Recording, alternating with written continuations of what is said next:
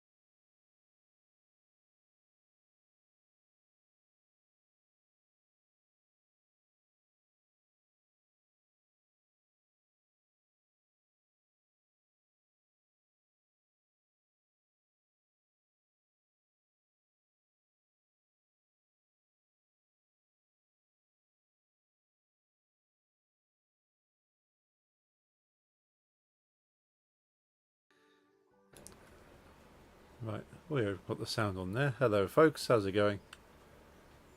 Why's my little face not bobbing up and down? Yeah, I see more same stuff. Yeah, normally bobs up and down. But what I do have to admit is that with ChatGPT, you get also included a direct unlimited uses of the strongest DALI, Right, and that's honestly insanely good. okay, And I'm gonna show you something cool. which I would be lynched for if people knew this in my community, but I just think at some point you got to be smart with the tools you have. If you have it, if you don't make use of it and you waste your own time, you're dumb. Yeah, that's fair. What ChatGPT through DALI is able to, but this requires at least doing 75%, maybe two-thirds of the work yourself. Otherwise, this won't work. Gotcha, If okay, I make 2 to 3 panels for my comic okay. and tell ChatGPT, I'm in a rush, get me the fourth panel in exactly the style I made, it makes it, and I'll show you. Two Okay, of these are made by me, the third is where I said copy my style. And I will guarantee myself, you will not able to see the difference. that sounds impressive. Look at it. Which one is fake? Let's have a look.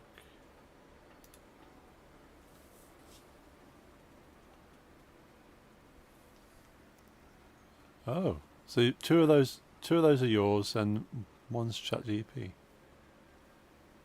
It can copy my style exactly. Yeah, yeah, that's scary. That is. It's good though. It's like, yeah, Yeah. I couldn't tell you which one of those. Like the one at the bottom, the blue eyes is definitely yours. Yeah, I mean, it's not that smart. It's not like Yeah, if I first only draw the in my head she was like a Southeast Asian. yeah. I just draw her, and then I say, yeah, add the protagonist I have in my head. It will not do that one, of course. No. But if I show it my webtoon link, it will. That's the fun part. And the answer is the one where the Indian girl is walking. Okay. Oh, that's pretty cool. Hmm. And like, yeah, that you can have some problems with it, but in this case, it's just smart, I'd say, to give me more like a faster functionality. You know, Yeah, yeah. like it's not able to, and I wouldn't even want to. I would just immediately quit the project if it was able to. If I would say, get me the next chapter in full, it's gonna look weird. Yeah. But it can't think of those stories the same as I do myself. No. I suppose if anything, it'd be like, well, say you've written part of the story, don't know how to resolve. Maybe how would this character get out of it, or I don't know how to finish this chapter. Then yeah, maybe it'll give you like 5 suggestions. Yeah, I haven't been that point yet, but at some point I might. Yeah. But then still, it's kind of you looking at that and go, well, now that one sounds closer to what I would like, and then you could still write it yourself. But And like real manga and comic artists, they also make like the base panels, and they have like interns and what you call it, uh, helpers. I'm looking for the different word. Other people they hire to do the backgrounds or like in between panels, yeah, yeah. whatever. If, Oh, Although I never would ask AI to do shadows and stuff because that's my most favorite part to draw. right. That's weird. Like I'm not a big fan of drawing the main shapes. I don't Right. hate it, it's a big part, but that's not when I'm happy. You know, I draw the shape of the building and the girl, you know, Okay. fine. Yeah. And when that's done and I'm able to make shadows and folds in clothing, I love drawing those. Graffiti on walls, like small details, what you call it? Like cement between bricks, brick details. That when I get really happy. Okay. Yeah. Yeah. All the small detail, adding and adding. That's what I love most. And I gotta like guard myself from not overdoing it every panel. Right. Yeah. The only time I didn't like is when you asked me for a cut, so that's when I got on my. That's okay. But yeah, the only thing that that's very that's a bit meh about um, Raleigh 3, the biggest one, is that it's very strict with censorship. Right. Yeah. And it's okay, you know, I understand that you do not want people to create porn because the big danger with AI pornography is that I could make anyone I want. If it's you or the celebrity, Yeah. I could, if it's really good, I could harm you a lot by that. So What's that is, happening with deepfakes? yeah, Yeah. they have a zero tolerance on anything community because ChatGPT can't check if that reference I use of you is really someone I'm trying to hurt or isn't. So they're just like zero tolerance. That's Yeah. okay, but it's very strict on violence as well, and including just you can get flagged even if you describe someone like making a fist. Oh. Okay. Looking angry, then it's a race from distance at prompt that is suggesting the start of like a violent encounter, and it's just not fair. You cannot generate that. So, Oh. especially with my comic, 90% I will Yeah. contradict myself anyway. Yeah. The subjects you have in your comics probably wouldn't be too. Firearms, you cannot Yeah. make firearms. That Aussie one, for example, with Oh yes. the poster. I first asked ChatGPT. You immediately get we cannot endorse posters Huh. that have something to do with oppressive regime. So it's fairly strict, even though it's in the gas, but it's just in the style of a certain propaganda poster. Like it's immediately no, we do not do this.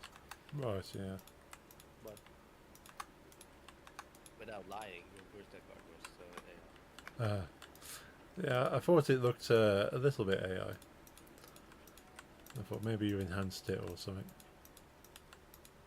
Yeah, very cool No, though. I Only forgot.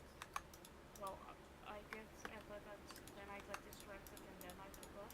So, That's okay. very late, but still, happy birthday. I Oh. hope you had a great day. I did. Thank you. Sorry I'm this late. That's At all one good. point, I got really, really angry. Right. ChatGPT, I literally told it, and in the end, I didn't win. Right. I literally told it, if you do not behave normal now, I will unsubscribe. And it kept saying, sorry, that's you know what they refused to make for me? I wanted I gotta do it myself now. I wanted a reference picture. Right. I will do it in per chance now. You know, the quality is worse, but you know, it's just a reference anyway. I will draw it myself. Yeah. Of a fantasy style forest. Okay.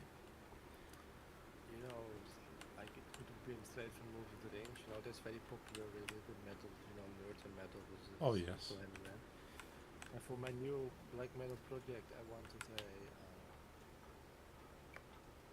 a fantasy style Lord of the Rings forest with like with mountains. Okay. And in the front, like a cliff, like a mountain but more close, and there would stand a a witch-like woman just overlooking the forest. Okay, yeah. And he just told me, no, this goes against the rules. And I was like, What? why? She's Hmm. not naked. She's Yeah. not. She's not. There's no violence done towards her or by her. She's fully clothed in like a medieval dress and a hat, Yeah. and she's just happily looking at the pretty tree. And it literally said to me, the reason we strict about this because a woman alone in a forest could be used more easily taken advantage of compared to if she was in a more like civilized area. Right. So we cannot do this because it kind of implies that she's alone and could be taken advantage of easily or killed without someone else knowing. I was like, and I literally told it, she's a powerful witch. She can defend herself. And it wouldn't. It said, no, we're not going to do this. I can make your forest without a human. But it was like, I kind of wanted the reference pic of the perspective of like, Yeah. when I tried to sketch myself, it always looked either like a giant or just weird, you know. I wanted the perspective, Yeah, yeah. like the big panorama, not panorama because it's like a square elm profile, but just like big forest with all the details and far away mountains and Yeah. human in the forefront. And I was like, we can make her male. And I was like, no, I want the witch woman. How weird. It just wouldn't let me. It was really angry. What I ended up doing, you might, I'm not sure if you've seen the profile picture for my alt on Twitch, the Moongate Mage. It's got like a woman standing in the forest, looking through a moon gate. Yeah. But to do that, I had to combine two AI images. Because I couldn't. It's not that it refused to it; it just wasn't very good at making it. But I actually had a woman standing, like, in front of something that wasn't what I wanted. But then, just had the moon gate, and then had to Photoshop the two images together to actually get that final image. Because yeah, it's. And I even like enhanced it by adding extra features like a path and stuff, and extra glow, and yeah, it's just more effects on the image itself. But yeah, I just couldn't get AI to produce the image I was after, so I thought, okay, just give me the elements, I'll put it together myself, and then add the extra features. You know what's the worst thing about it with ChatGPT? That sometimes Yeah. it won't even tell you immediately. It's not able to start to generate. It always takes about 60 seconds. Right. Then it starts. I see like 75% of the image. It always loads from top to bottom. Right. Yeah. It's at 70%. I see this is a good one. And then it deletes itself and says, you cannot create this because it goes towards the community standards. Then I go even more. Oh. This was all evening with the one with the woman before this. Yeah. I just give up. I'm like, okay, this one's not. I'm not gonna get help from my. I just call it my editor / assistant. Yeah. But I don't know if you've seen my. Yeah, I've sent you the album cover from the more industrial project. Yes. With the lady and the lingerie blindfolded in darkness. Yep. Well, no way in hell Dolly is gonna do Oh, that no. one. I'd say it's not heavy or anything. There's nothing. If it would be allowed in a store for children to see, I say. It is Well, yeah. There's nothing sexual about it, nothing harmful. No, but it would. I tried with that one. This one's based on Photoshop pictures. It said no. Yeah. But finally, when I dressed myself down at the scene with the comic, a young girl, very vulnerable in a dark alley is okay. Yeah. I'd say the forest look was safer. Yeah. I can even give you spoilers. I hope to have to get that done soon. It would have been fast. Like it's quite a, what do you say, ironic that I found something that helps me create quicker while I've been in the longest breaks in laptop. But when the cat died, I lost interest in monsters. Yeah, that's understandable. let's copy it. In case you've not seen a large image of it. Yeah, this is the Moongate Mage. If you wonder why I typed Wales, I Oh, didn't know I wasn't in my Minecraft screen, and I was looking for that. That's a nice picture. Yeah, so that's a couple of AI. Well, that's at least 3 different AI images that I've combined through Photoshop to make that. And the shadow from the figure I added in Photoshop, and that the path has been added in, and but yeah, like you can see it looks AI, but it wasn't generated like that. I'd say this one is not as obvious as most. Hmm. Like there's also a part in it where if people look at it, they immediately like, okay, this person used AI for the project, then it's blacklisted. With this one, I don't think people immediately go. I think people can scroll past this without thinking.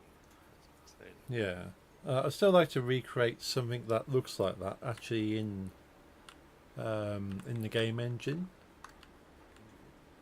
So that's kind of where I'm working on Wednesdays at the moment. I'm trying to make all the elements because like the gate doesn't look like that, but I'm making the gate to look like how I want it to look like. But that's the gate that AI gave me. So I'm making my own gate the way I want it to look, and I'm now making that figure wearing like the long cloak, so I can put the figure in front of it. And I just need to make a small forest scene and put a scene behind the gate that the figure's looking at. I won once from ChatGPT. I once got what I wanted once. Yeah, I haven't told you this yet because last week you were gone. Yeah. What did you do last weekend, by the way? Because I don't think I really Yeah. remember. But you had a big fun weekend. Yeah. So the Friday I drove to head office, so I was tired after getting back from that, and then the Saturday we went to our friend's house and we played some games and had a few beers. And then Sunday I basically slept. Didn't do much. Then Monday I was still so tired that I just went to work, sort of barely stayed awake at work, came home, slept, and yeah, Tuesday was still tired but managed to stay awake. Wednesday so tired fell asleep again. So yeah, the whole week it was just me trying to recover. Yeah, that by itself, like none of the things that, well, the driving, that was 3.5 hours to drive to head office, and then DJ'd for a couple of hours, like talked to all my colleagues that I don't see normally, and then drove 3.5 hours back home. So yeah, very, very tired after all that. Like even just talking to my colleagues was tiring, because you have to stay professional, even though you're not being paid to be there, but you're still on company, like the company grounds. You're still around managers. So yeah, even though you're not at work, you're still at work.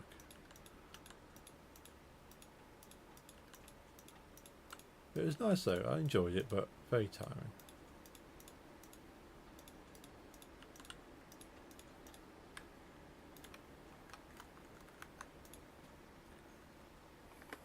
This weekend just gone was quite nice. We went to a medieval like reenactment in market. We unfortunately missed all the actors doing like the battles.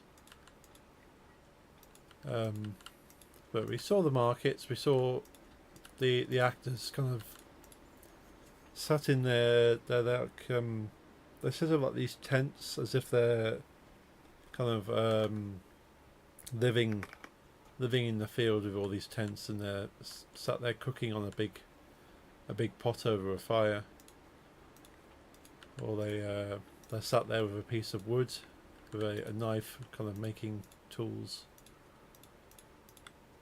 It's all very cool looking. Yeah, I find it kind of weird. You send me the moon gate made picture, and I get in my Brave a. It's not a moon gate or the one, but just the. How is it? Yeah, I just found it converted. Okay.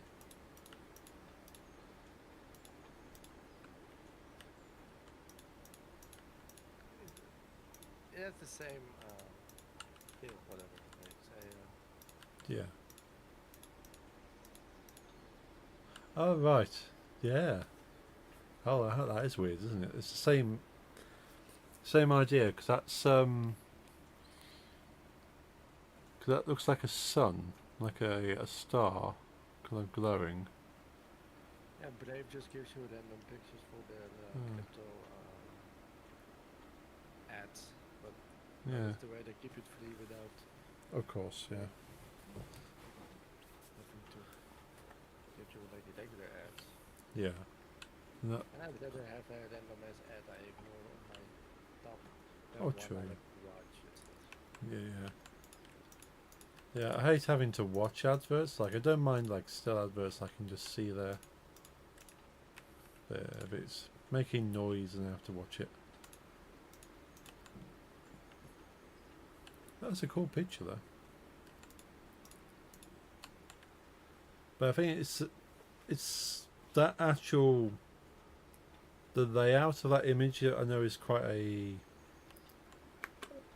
It's Layout is the one I was looking for. yeah. It's a known kind of layout, really. It's the silhouette of a person standing in front of something grander than they can understand, kind of thing. A big glowing light that suggests there's something bigger than themselves, and they're kind of standing in awe in the light of this thing.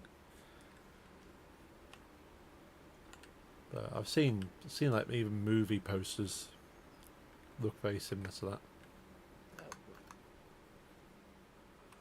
But I thought, yeah, I'll go with the cliche. It works. You've got like a glowing moon gate. You have another world sort of shining through the middle. In this kind of dark, dull forest, and you've got this bright world on the other side. yeah. But yeah, what I wanted to say is that I got back into Vision Over playing again, Okay. and then Japanese dating single stories. Yeah. And I always wanted to make one. I Yeah. installed the Rampy, the Python engine, Oh yes. Vision Novels, and I never got really far. Okay. But I've seen some guides online, and with coding, you can literally Oh, show yeah. it to AI and tell you what's wrong and not. Yeah. It's very smart. I was like, I might be able to create because my art is better now as well. I'm more easily able to create backgrounds and whatever compared to when I wanted to do this 10 years ago. Yeah. But what I got stuck on was with the Vision Novel I might want to create as a hobby is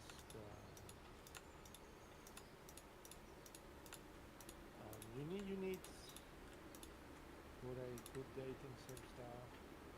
You need multiple girls, women, or men. Yeah. Multiple people to date. Yeah. I've never had one that's where you could be a bisexual, pansexual person. Say you either pick from 6 girls or from 6 men. You know. Right. Okay. My first one actually was one where you were a woman yourself, trying to romance 7 hot summer boys. Okay. But So this was because I think the whole weeb culture became a bit more mainstream the last couple of years. So you can find all types of visual novels in Europe now. Right. But Okay. back then it was non-existent in the Japanese market only, and my local game store imported one, and I just had to own something called a visual novel because it was a weeb. But the only one they had was Yore Go, and you like the old samurais. Right. Okay. It was a fun game. Yeah. What I had a lot of difficulties with was getting multiple different type of women. Okay.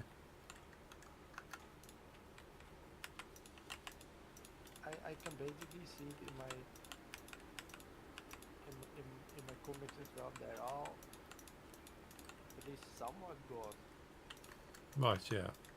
They're all brunettes or darker hair. All of Yeah. So there's a them. Whenever I certain. create, You have a certain style that you end up drawing. whatever I create, more certain personas I make up which are appealing to me. Yeah. That's the whole thing with these visual novels. You always have like 6 types, and some you would like and I would never, and some I would and you would never, and that's why there's so many choices and everyone plays the game differently. Yeah. But I would have just made 6 workers. Yeah. So I asked ChatGPT, Yeah. allow me some, give me some ideas and show them to me, like generate them to me so I can create further on them. Yeah. Like all types of women. And it's really like Mm. a lot of these are like high school vibe in Japan that's slightly less controversial, but over here it is, and Yeah. it's not for me anymore. I'm 30. Like I wasn't really feeling, how do you say, I had no complaints about high school romance games or anime when I was in high school, and I thought it was weird. Yeah. But now I'm old, that it just feels cool. Yeah. Yeah. This doesn't feel right. And these are not girls, they're young women. Yes. All independent, going to having jobs or going to university, no high school. Yeah. Gave me some ideas and etc. And some it generated some examples for me to work on myself. Cool. But one of them was extremely flat-chested. Right. Which some women are, that's okay, but this one really looked young because of it, and it wasn't my intention to have. No. They're still young, they're still of the anime. Really, you could barely Yeah. put an old-looking anime character unless you draw them like they're 19. Yeah. No, they're either 18 or 19 or younger. Yeah. So I thought ChatGPT, simplest way of saying it, I wanted a bigger boob. Right. Yeah. But that's a sexual thing, you can't do that. I said, this is not sexual. There are different body types in the world. Yeah. And this specific person is not flat-chested. No. And then it literally agreed with me and said, okay, that way it's not forbidden if you put it like that, and I got it. Oh. But it wasn't even cleaved, let alone lingerie or even naked, but just normal clothing. But I just said this person is not flat-chested. Not every person is flat-chested. I said that we should be able to create all types of body types that exist around the world, including this one. Yeah. I didn't want any weirdly over-sexualized anime like balloon melons. I just want no flat-chested. Yeah. And at first I said no, and I was able to convince the AI that I was right. Yeah. I have seen examples of people reason with the AI and go, well, yeah, actually, this is the information. The AI's gone, yes, no, you're right. I agree.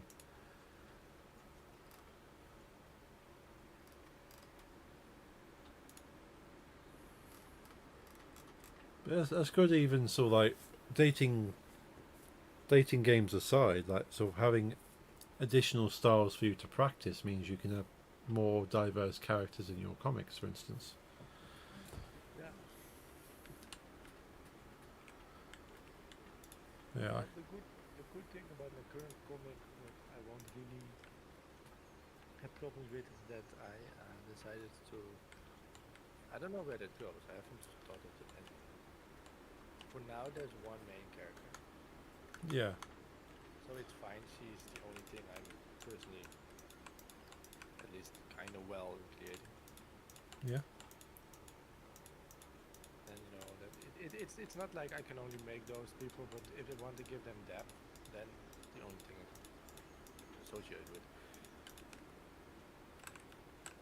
like the guy she kills in chapter one. You know, I can make a blonde dude if not my main style, but he has no little back story. No. No, he's just dead and he dies. I mean, I can draw anything, Yeah. but I don't know why I'm not. It's not a gender thing for myself or anything. Like I don't have within me, but for some reason when I create a main character, it's always the same worker persona. Yeah. I suppose that's the kind of characters that interest you, and you go, well, I want to make more of this type of character. It or like it naturally creeped in my original comic that I had to cancel because when my computer died. Yeah. Basically, the girl was not the main character. No. She was to be like a sidekick that wasn't even always there. And the more I drew the comic, the less in-depth the boy was, honestly, in my opinion, Yeah. compared to the girl. And within 2 chapters, she was the main character. Right. Yeah. And I decided that's how I write. That's what we're going to do from now on. But Yeah. when you are actively having a project that's based around really 6 different personalities with different backstories, with everything different in the character, clothing style, and it Yeah. was good to have something put me on the right track. Yeah. Like, I've not done a lot of writing myself, but I can see how hard it would be to write unique characters that aren't just variations of one doing different things. It's difficult for me. Yeah.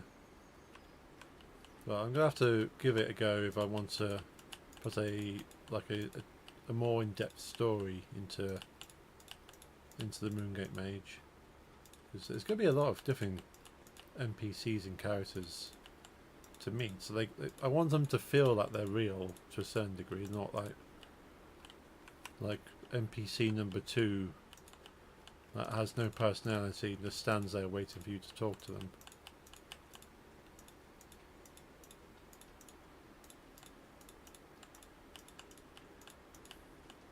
Basically, I'm now having a discussion with the AI. Right. I want to make. This is the first time it's irritating me about Minecraft. I'm gonna prove myself this too.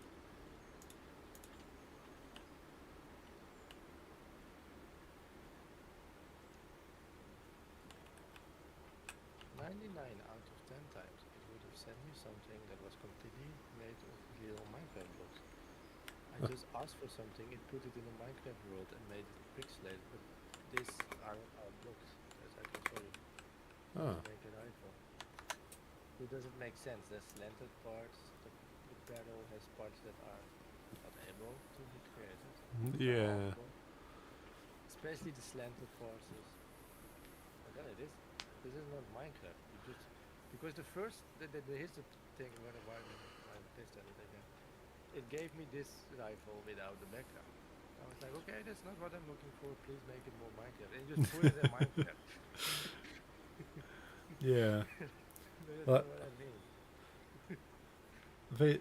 You take a quick look at that and go, oh, that's a screenshot of Minecraft, but then you say you look close and go, hang on, that's impossible. You can't And make of that. course we get help you with this request because it shows ways. It's about the finance things, Yeah. which is weird because a more Minecraft friendly version wouldn't be more violent than this right in itself. No. That's why sometimes it's irritating. Like I I've yeah I've created things that were way more into certain type, and then suddenly, like I said, the pistol I made in Minecraft is. Think of my wobbles. It made my wobbles, the micro wobbles. I know the real ones, Yeah, yeah. I made myself. Those have cleavages. One even only has basically bikini and like a bikini top and a mini skirt with even as holes in the mini. It's a very tiny, quite slutty mini skirt if I'm honest. Yeah. Like okay, I'll make this for you in the pixels. Okay, that's fine. Yeah. But then when I asked for the rich woman in the photos, that's suddenly too either too sexual or too violent. Yeah. That it's not always. I asked it even, like it answers. Yeah. I asked it, why can you sometimes create just like anime girl bikini mini skirt with cleavage, and sometimes you're even angry about a fully clothed witch from from neck to ankles in a dress. Yeah. And it told me that it's about. It can differ from the time of day. If there's a lot of people requesting real band things, it suddenly gets a surge of more strict for that period Oh, okay. for everyone. So if I'm in the morning when there's less people, I can get guns and anime girls. So you will never see a nipple, but Yeah, yeah. And the later it gets, the more aggressive it becomes through the whole system. Interesting. But probably the children are at home and want to see AI versions or naked versions of their friends, whatever. Yeah. Yeah, that's a good point.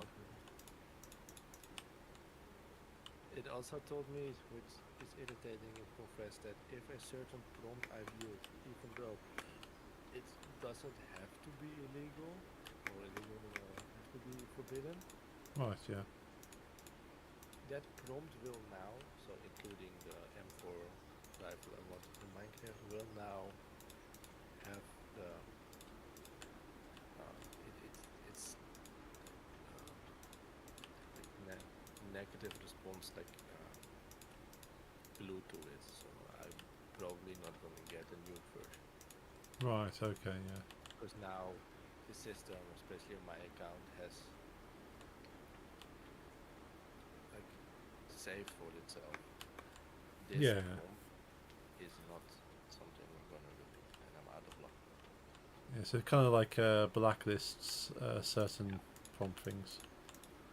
So I think the pistol I made before this will be my last one. I'll be able to create through this method of pixel. Yeah, that's a shame.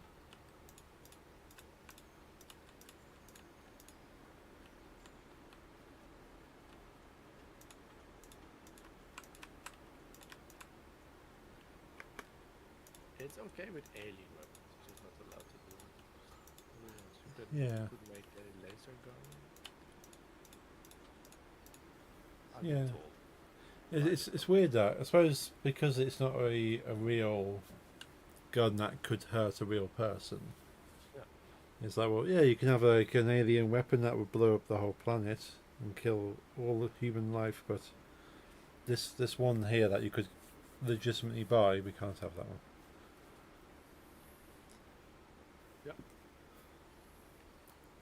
But then it's fantasy, but then I wonder how far will it go if I want a naked alien Yeah. with a lot of purple blood, because that is of course too close to home. Yeah.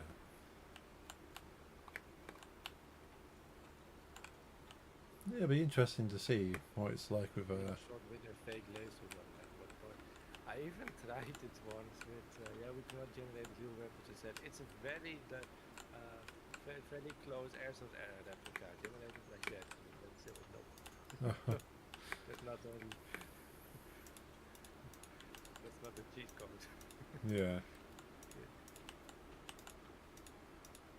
But yeah, then again, you could say like she's not technically naked, but it's Yeah, a bodysuit from it that looks. yeah, it's an alien wearing the skin of a human that's naked. Yeah, that's not. that one. Like I don't want to like mess with it too much because No. I actually pay for it, and there's a lot of features that help me with a lot of data processes. I don't want to be bad. No, no. Yeah, especially it's kind of like logging everything you do, and if it kind of affects the way it might work in the future. Yeah, I only had once had like a real one. This is going to be most of the time. You said we can generate this, blah blah blah. But if you really go far, it will tell you this is under. So there's going to be checked by mods because this goes completely against our community standards. Right. Okay. I only had it once, and I wasn't really afraid with that one because I didn't do anything wrong myself. Right. But it flagged it for yeah pedophilia, Oh wow. which is really bad. But the main reason is I also find ChatGPT very easy for me to read the news. It will just grab all the main points from all the different news that all write it slightly different, combine it into like a short bullet point version, and then I'm up to date. Don't have to read the whole thing. Okay, that's clever. Yeah, I never considered that. And there was some things I slightly saw in the news about some trials with some luckily for us, well, luckily I mean I'd rather have them killed. Hmm. Some locked up pedophiles with some shit Right. about their court cases and stuff. So I wanted to know about. I just told them, like, can you give me the news from yesterday about this and this topic? And it wrote it, but it explicitly used the word pedophile. Right. Yeah. And I was actually able to read it. Then suddenly the whole text became red, deleted itself, and said this is content about something. But I wasn't letting it write itself about that topic or in a good way. I just wanted to read the news. Right. Yeah. So. Yeah, because it contained that word, it ended up flagging it. So in that way, I think any human that will now check my history and see that will see, oh, he was just reading about something bad that happened in the Netherlands and was not glorifying or looking for No. that topic himself. So I mean, yeah, I wasn't afraid with that one, but I don't want to push it. No. Let's see how naked we can get this woman. I'm just not going to do it.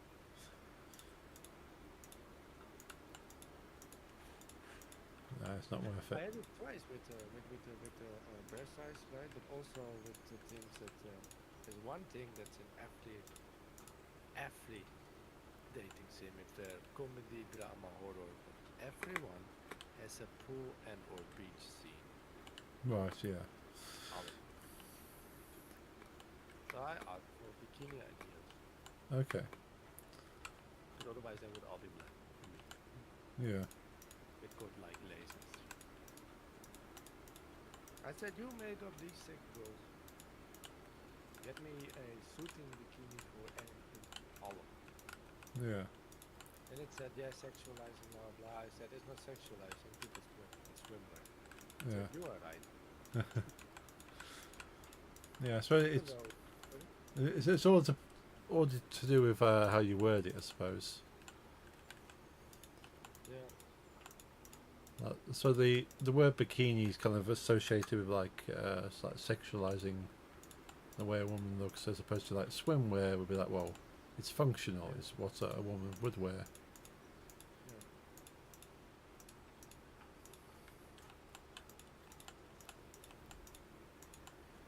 It, I speak Dutch to it. Dutch is as well as it's English. Okay.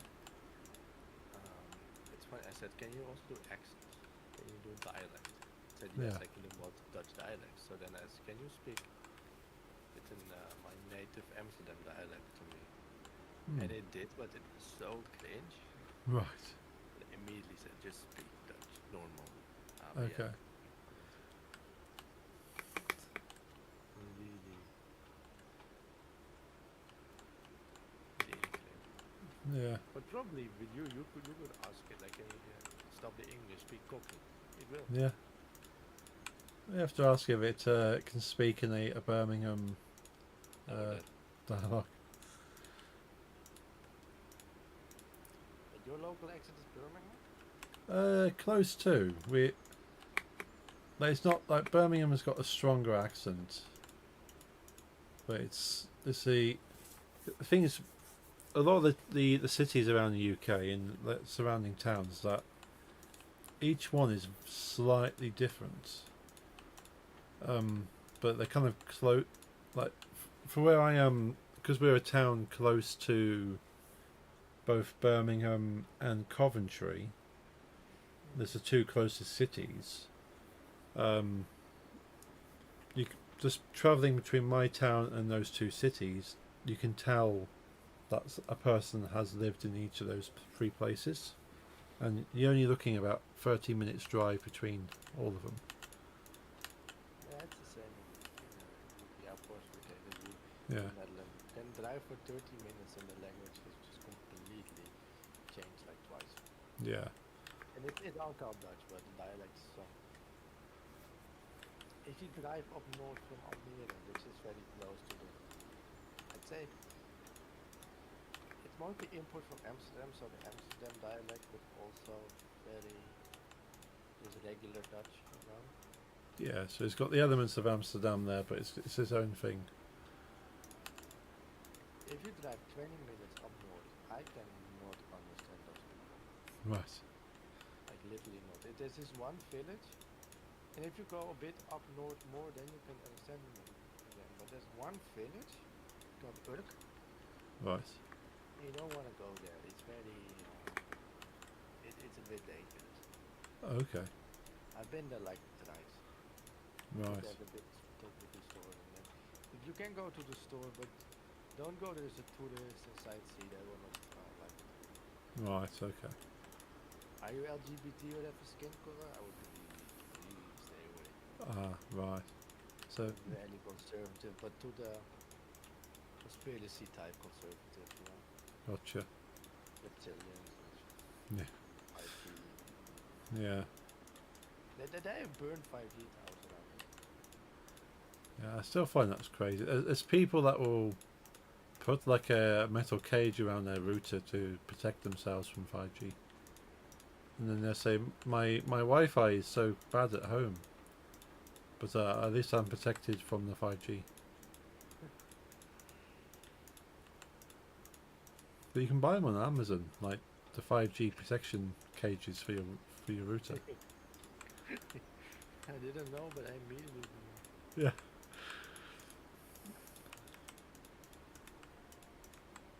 Yeah, your Wi-Fi that gets reduced to like, I don't know, 4 or 5 meters, and that's it.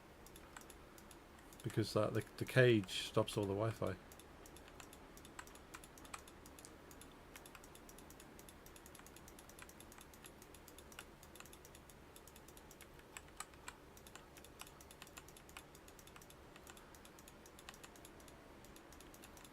Yeah.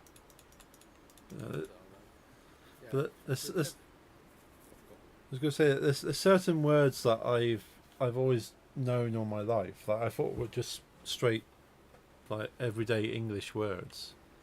But I found that they are kind of specific to this part of the country, and I didn't realise the one that sort of threw me was the like the traffic roundabouts where you're going round in a circle. That they're supposed to be called roundabouts, or circle junction, if you want to get more technical. But in this part of the country, they are known as islands, as in like land island. But it's only this part of the country that calls them islands. Everywhere else in England, they're referred to as roundabout. And sort of, yeah, I've always known them as an island, but that's not a pan-English thing. So yeah, there's certainly parts of the dialect which are unique to this area. But that's not just my town; it's like Birmingham as well. What I wanted to say about the Urk, the village you don't want to go. I don't Oh want to yes, go there either. yeah, so xenophobic, but I think it's near impossible for an outsider, even who's a local Dutch one, to get a house there. Right. It's not like a tiny village. It's not just 20 houses and a church, but it's it's sizable. But still, it's the culture is very xenophobic, very Hmm. conspiracy, very mistrusting. So Yeah. they're so kind of like cut off from the rest of the country that their language is very, very different from general Dutch. Oh. But there's a lot of part. There's a lot, like in my new part. Most of the time, I can barely understand it. I suppose yeah, their community is so close, then yeah, their dialect will kind of evolve and change by itself. Yeah. I suppose in some ways maybe even like not change, whereas every other area that allows other Dutch speakers, it'll bring their kind of dialect and their words and phrases from around the country, and they're kind of like lost to time, like a time capsule. That's kind of supposedly what American English has become. Is that a lot of the dialect of English that Americans speak in the southern states is very close to the old English dialect from the UK, and they just haven't really changed much since then. So that all the hillbilly kind of sounding English is closer to how the English here used to sound. But then our language has changed for like mixture of German and French, bringing European dialect into it. So it's easy to think as an English person that the Americans have developed their own language, whereas in actual fact we've changed our dialect more because we've mixed with Europe. That's funny because I've seen some movies about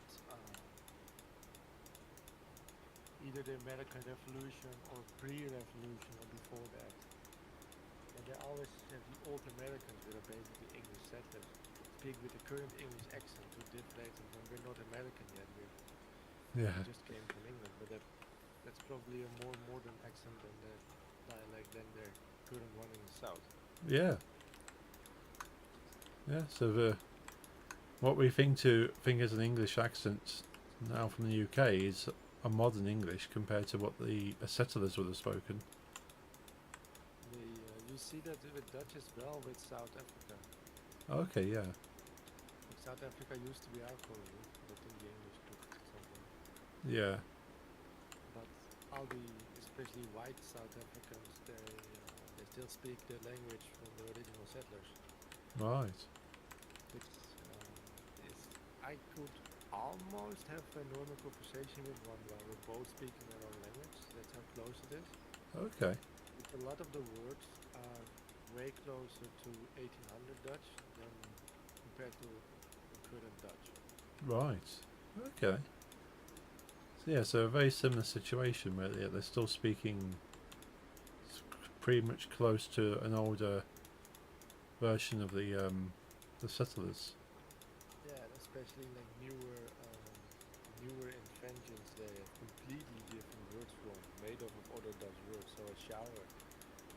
I just realized that the word for the Dutch word we use for a regular shower is used completely different, in especially American English, and it's an insult.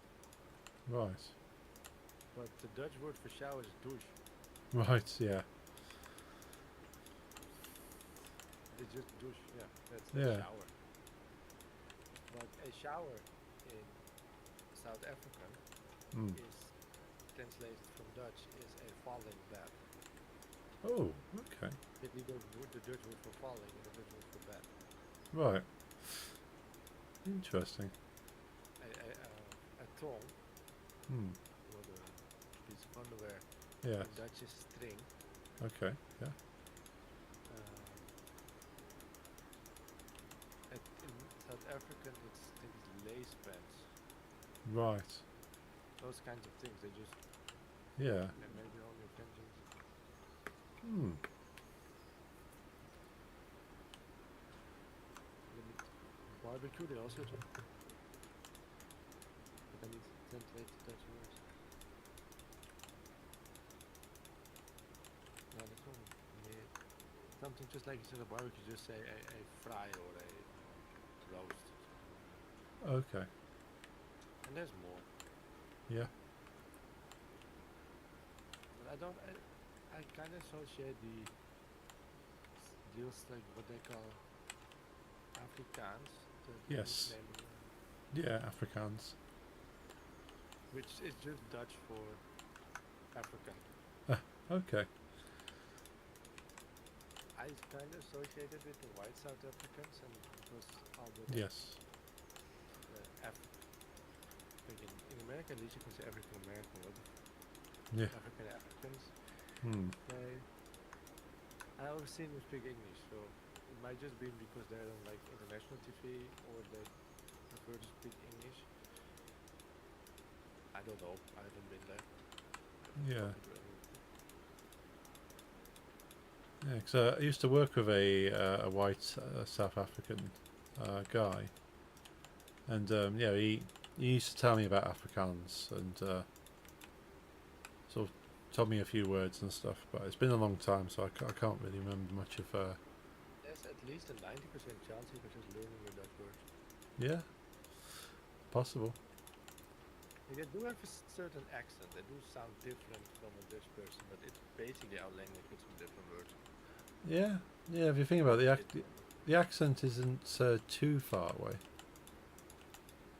Yeah, for me, Hmm. it's different. Like, I don't know if any non-Dutch speaker would hear the difference between a Dutch and a Flemish person because it's the same language mostly, but Right. I Yeah. hear a very distinct difference. Oh yeah. Yeah. I can imagine. It's yeah, it's something sort of you'd be able to pick up the difference. Yeah. The one thing that stuck with me with South African kind of dialects is that their words for traffic light.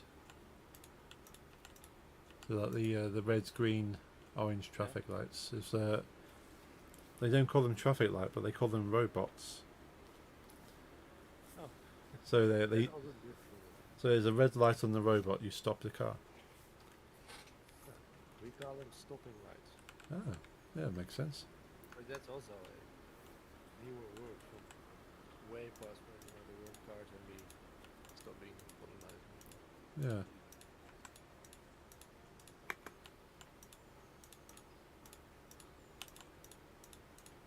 But even the city names are still pretty Dutch.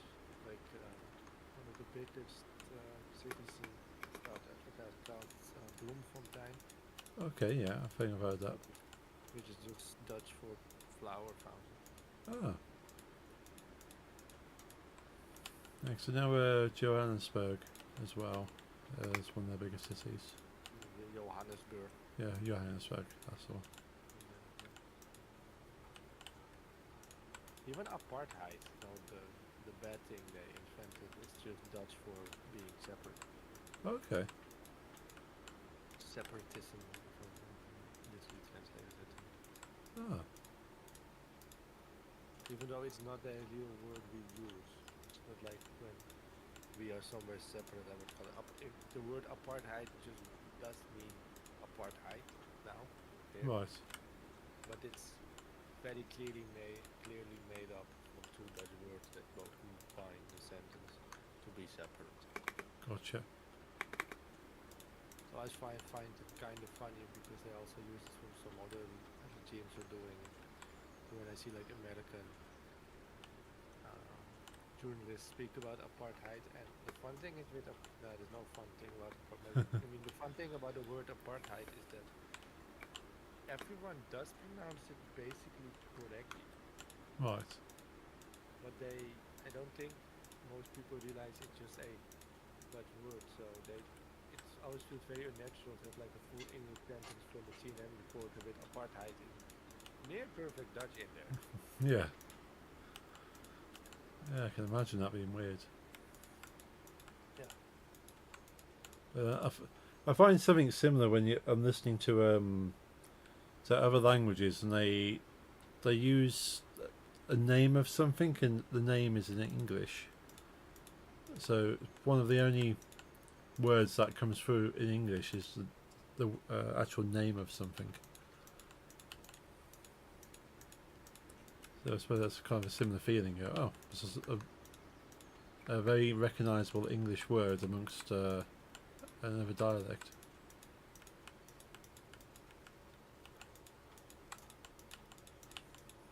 But it makes sense. Another thing about my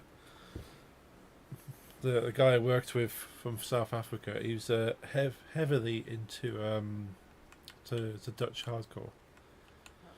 So I'm assuming they must have had a lot of Dutch hardcore make it over to South Africa. Because he said growing up, that to him that was what hardcore was. Like he listened to that when he was younger. He went to like clubs, he danced, and they'd all play that kind of stuff. So yeah, the music, kind of the underground music, was still being played in South Africa. So that part of the culture remained. That's funny, but we didn't have anything to do with South Africa since 18 something. Yeah, But then the British took it, and I know there were two wars. But they yeah, wanted to be free, and actually the people the British fought during the I don't know what they're called, but we got kind of the Boerenoorlog. Around 1900, I don't know if you know the wars. England did win them. okay. Yeah, not too with familiar. Africans. And South Africans invented guerrilla tactics, and in response to that, it was the English that invented the concentration camp. Ah, of course. It was about 30 years later perfected by another European. Of course, yeah. But yeah, that's the kind of the synopsis of that war is that the British army, being used to big battles, big wars, state against state, fighting the French or whatever. Yeah. Armies, they were constantly defeated with the whole army because they would march with 1,000 soldiers there. There would be like 20 dudes with rifles just keeping dissipating, shooting, intending the guerrilla. Yeah, yeah. So how they won is take out their wives and children and put them in camps and starve them. Yeah. That's how they won the war against the white South Africans. But if you, those rebels that wanted to be their own state were Dutch people, so not British people. That's why they were against the British occupation. Even though they were themselves occupiers of the African part, so it's like Yeah. two occupiers fighting over a land with someone that has nothing to say. Yeah. But I will show you the flag of those white African rebels that fought the British.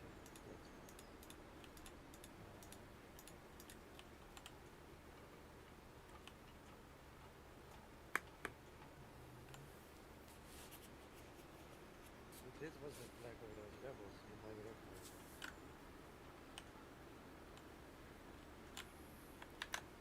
Let's take a look. Oh, okay. Those very Dutch still, Yeah, yeah. but eventually they lost and became fully English too. Right, yeah. And then when they gained independence, then they made the apartheid. There's a long history of a lot of violence. Yeah.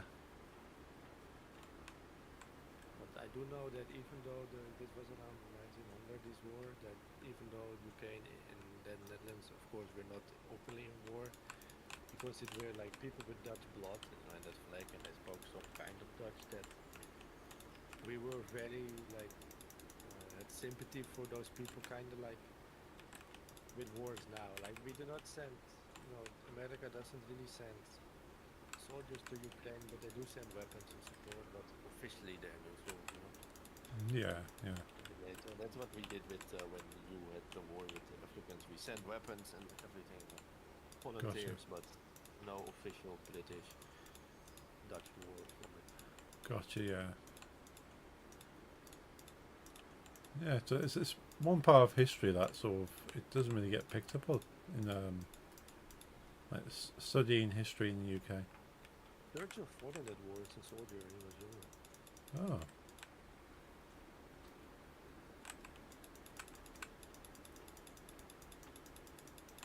And then he invented the British one. Yeah.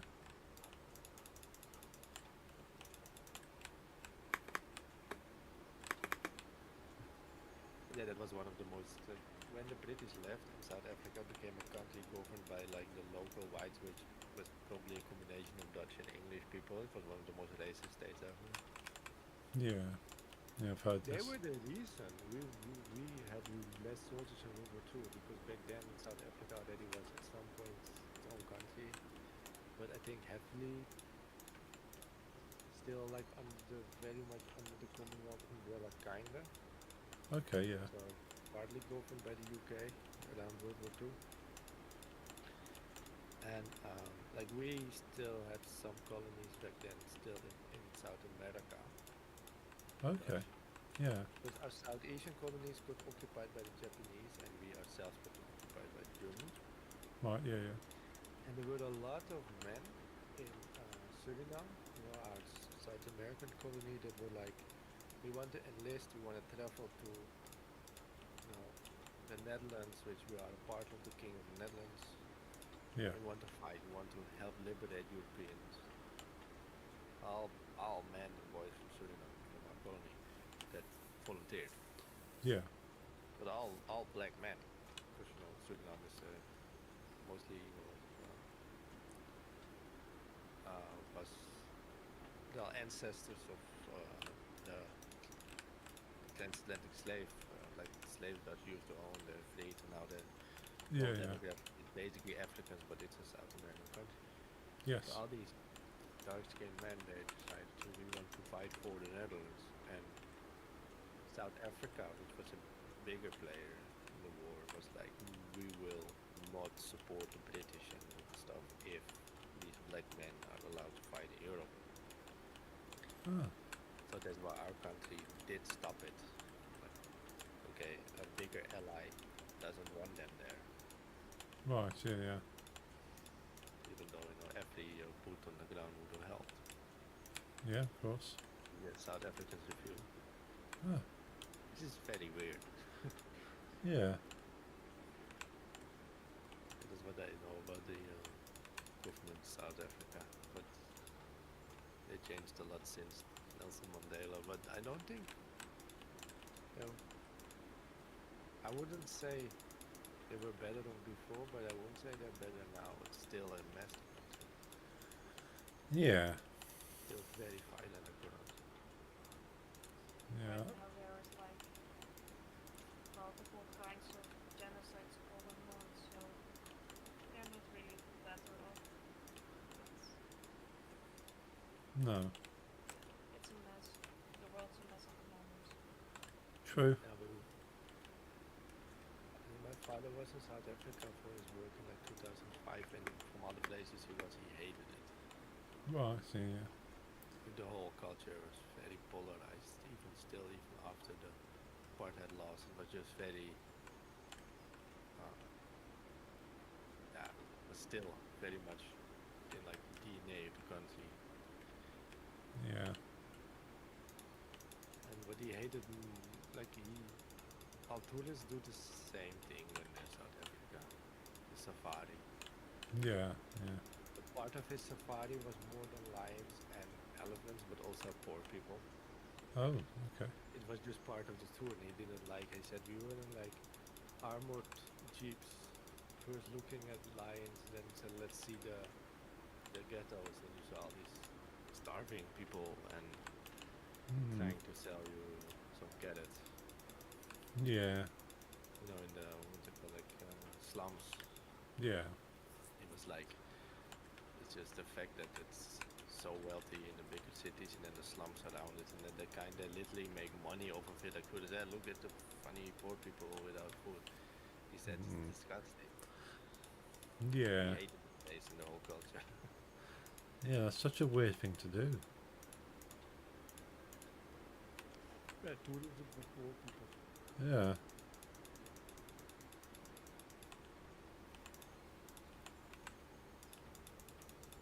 With armed guards, by the way, because otherwise they would have stolen your money and car. Yeah. Yeah, I've heard about generally, like, if yeah, any wealthy people are travelling to, well, wealthy in perspective, travelling to South Africa, you do need protection. But same in South America. Yeah.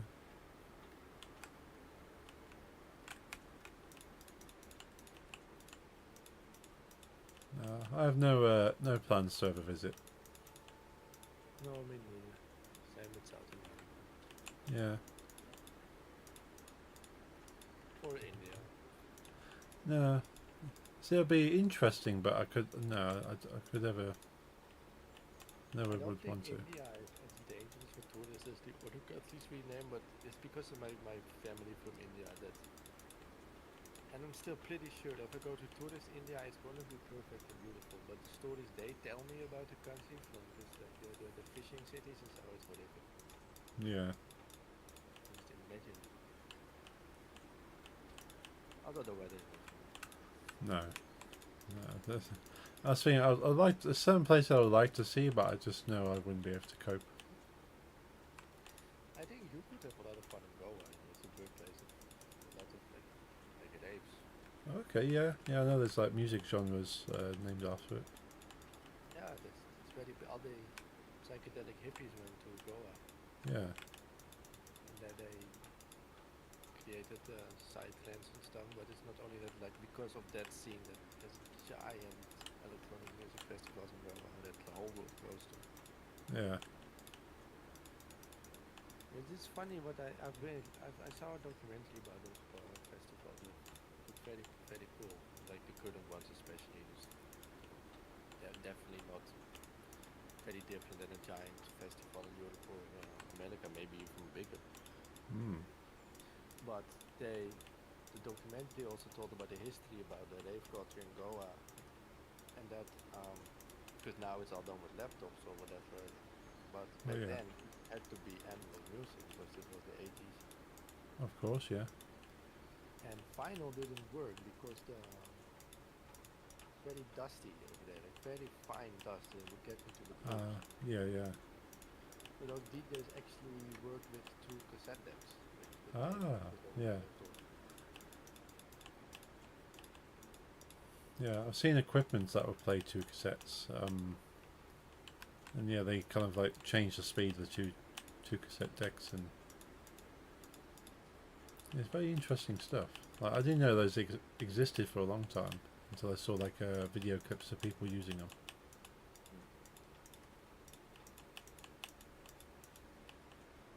But yeah, of course, the Goa side things is very Yeah. also ordered that. There's all kinds of stuff in documentary, like all the wealthy American and Europeans that want to have some kind of spiritual connection now into drugs anyway. They go to the psytrance festivals in India instead of Yeah. Europe. Then it's spiritual instead of a party, whatever. Yeah, it's just I kind don't of buy it. no. So connecting to a higher spirit, you go, yeah, just because you've taken something. But still, for someone that enjoyed it, it's interesting. Oh yeah, yeah. Better be an experience. Still walking some. Ooh, yeah. You still building when I'm back? Yeah, probably. Oh, good. Little bit. Okay. Yeah, in a bit. Okay.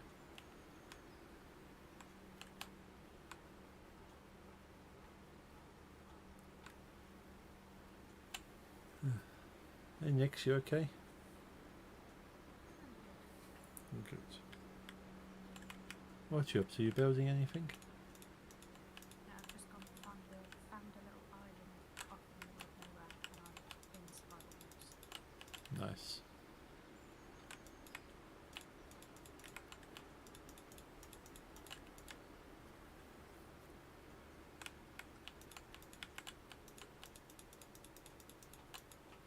Yeah, I wasn't sure you want to do more Minecraft today or not. Before we try Stardew for a change.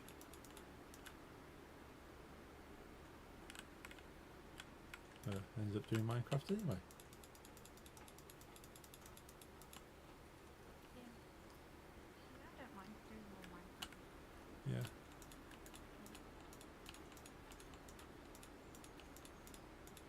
We'll see what other options there are. We'll make sure Stardew works. Maybe look at the mods and make sure everyone has up-to-date mods. We had about must have been about 7 or 8 mods, so they had updates.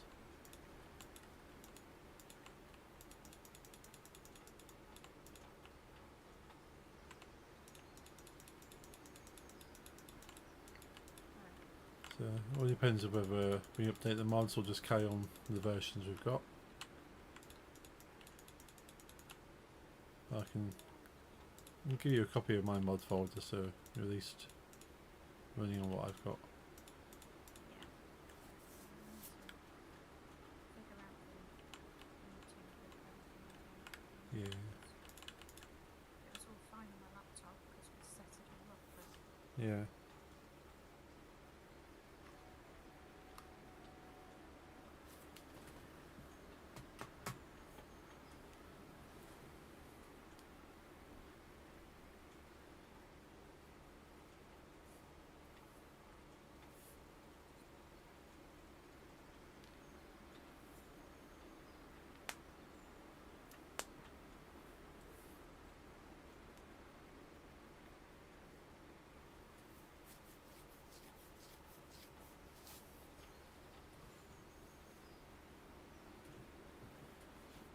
Just gonna be right back.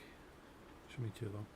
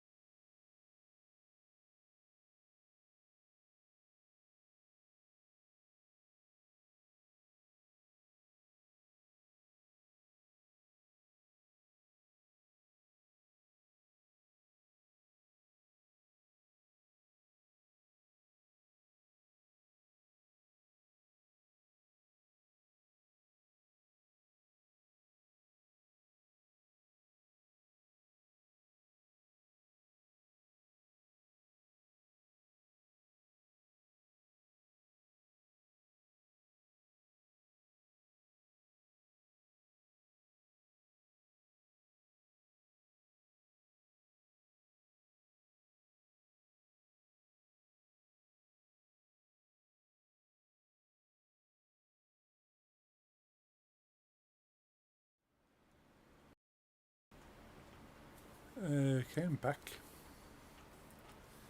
Welcome. Thank you. That's annoying. Mouse has died because not has it back on its charging dock. Let's plug it straight into the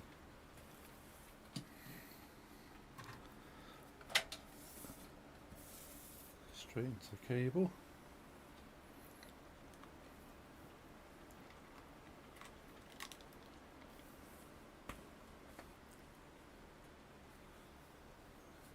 Yeah, not really built anything today.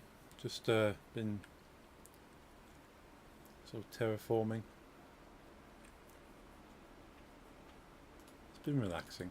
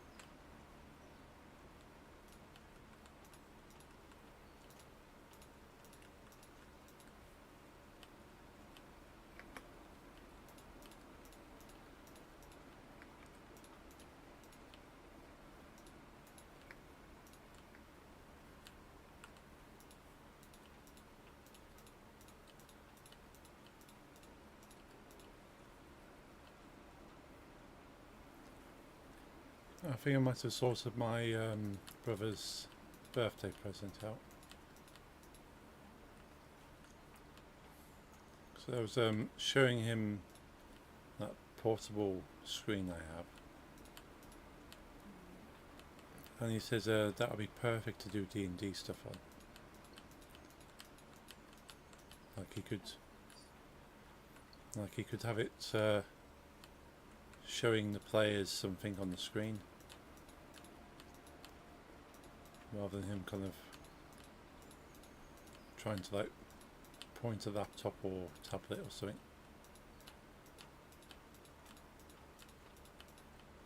So went on TikTok, found the one I bought, just ordered another one of them.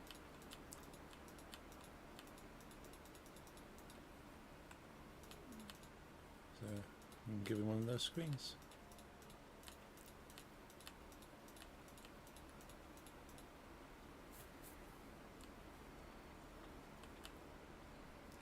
Sure, you'll find it quite useful.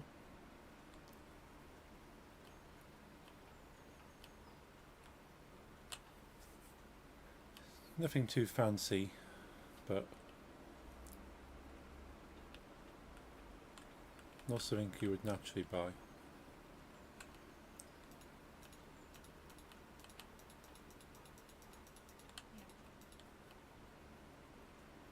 I'll have to find him something else that's generally cool anyway.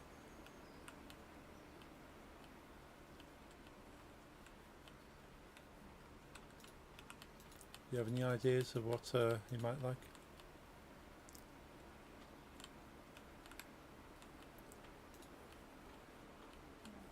Yeah. I'm not sure if they've used the Rage Room voucher. That's where we got them yet. Was that Christmas present last year?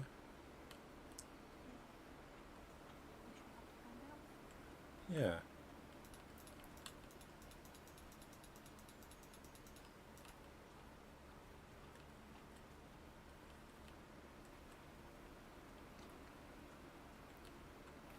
Yes, Ollie and Rachel seem to enjoy it.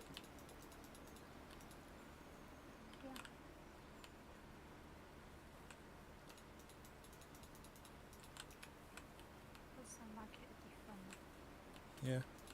You think you'd want to do it at some point? Yeah. Yeah. It may not look like it, but I've got a lot of pent-up rage. No, I can fully expect that. I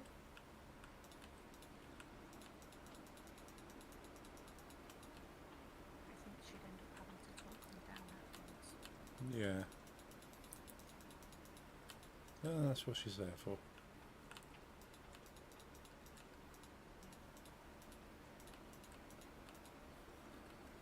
Would you do it solo, or would you take somebody with you?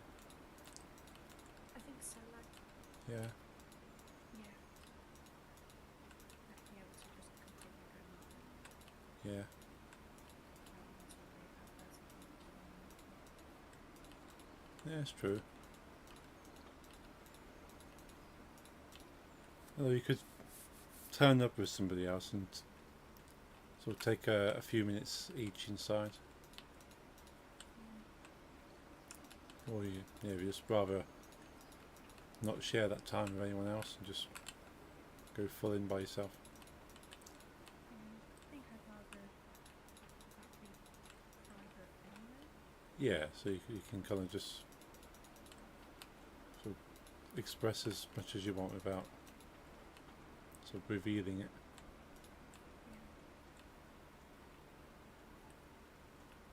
And especially you can kind of write stuff on things and channel it.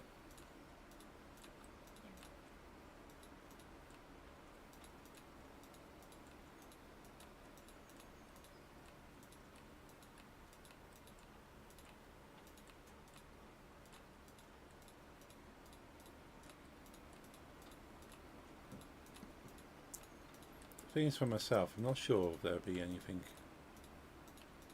I would get out of it. But then people don't necessarily know they have sort of anything in them that they need to kind of release until they actually get in there.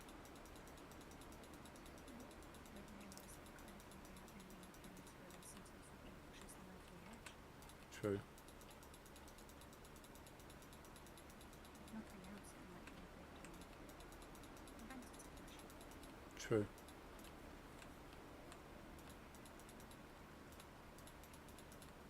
Kind of book in a regular session just to make sure nothing boils over.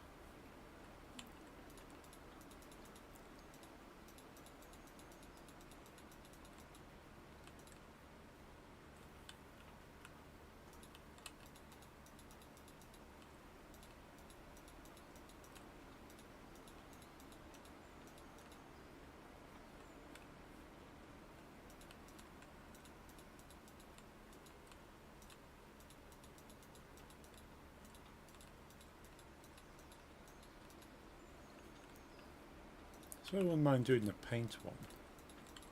That looks like it could be interesting. So that's kind of feels a bit more expressive in like an all-round experience. Because there is an element of like probably anger and aggression in it, but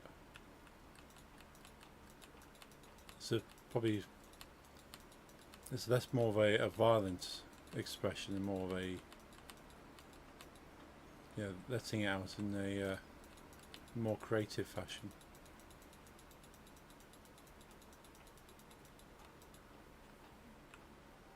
But yeah, for certain kind of repressed and bottled up feelings, the regular rage room would certainly be the best.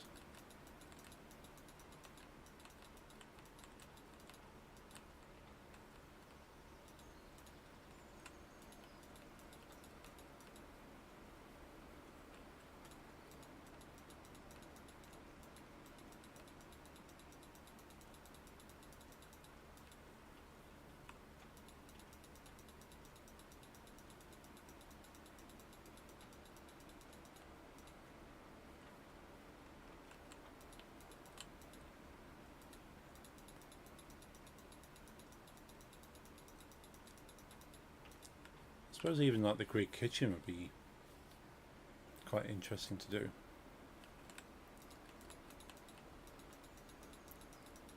Yeah, I went to a Greek place once for Christmas, Yeah. and at the end of the night we had everyone smash plates. It was really fun. Always back. Oh, welcome back. Welcome back.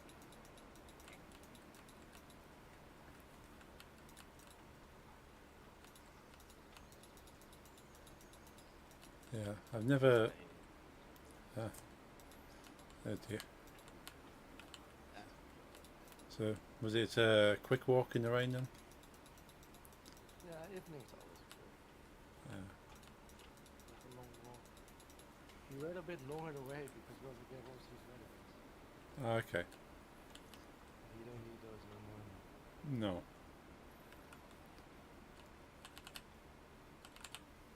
Have either of you two smashed plates in a Greek kind of tradition? No, never. I have heard of it, but I've never done it.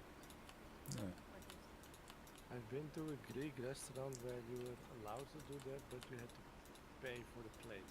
Ah. So I didn't pay. No. And next, was it extra for you to smash the plates? I don't think it was covered in the cost. Okay. Nice.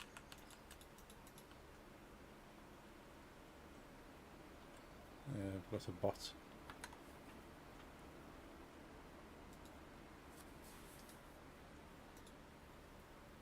just keep it up, we can do it. Yes.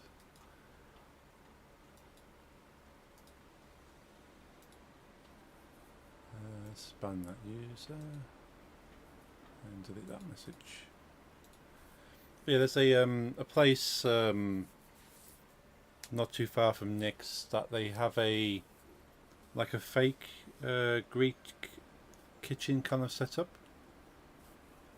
and they have a lot of old plates, and you kind of pay so much money and you just turn up, and then the whole thing you do there is just smash the plates. Oh, no food. No food, just plate smashing. Oh, So if you feel maybe angry or you just want to kind of get something out, you can just pick up a load of plates and smash them around. Like a bit of the rage room. Yeah, but yeah, it's the main place is a rage room, but then the woman who runs it has made a room on the side for just smashing plates. So that's pretty cool. And she's made another room which is like a paint throwing room. So line the walls with paper, like plain paper, and then give you a lot of paint, and you can throw the paint everywhere. And then you can keep the paper if you want to take your artwork home. I would actually love to do that sometime. I do want to go to a rage room, but it's not really popular in the Netherlands. Oh, probably better, yeah. Yeah. We did used to have one very close in Almere, but that one closed during COVID. that's a shame. It didn't exist for long, like even 3 years or something. Right. So when I figured out about rage rooms and when I wanted to visit one, I said, "Oh, it's closed." Oh, that's gutting. Hmm. Yeah, so there's apparently one or two around the UK, but this one's opened up fairly recently, the last few years. Yeah, the woman who runs it seems quite nice. She's like a therapist and psychologist, so she understands why people would benefit from the rage room and sort of how it can help them sort of mentally and emotionally. And if you need to speak to her kind of afterwards, so she's there to talk to you as well.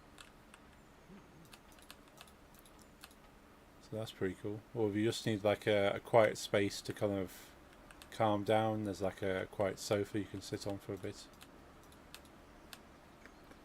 So yeah, she's thought of a few things to help people.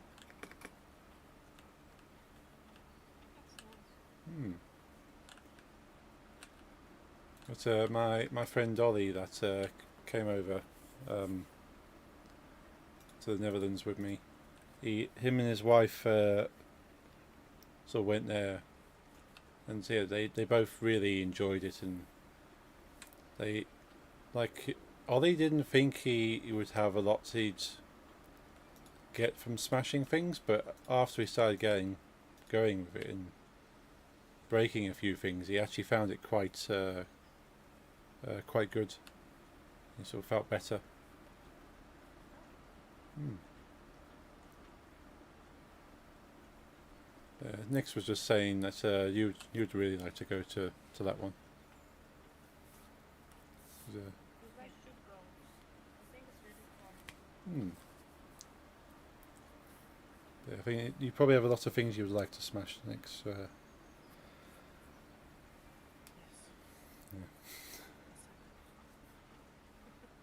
But the way that this woman set it up, that she'll give you like a black marker, and if you want to write people's names on things before you smash them, or like different things maybe that are troubling you, you can write the name of it on something and then take a bat or a golf club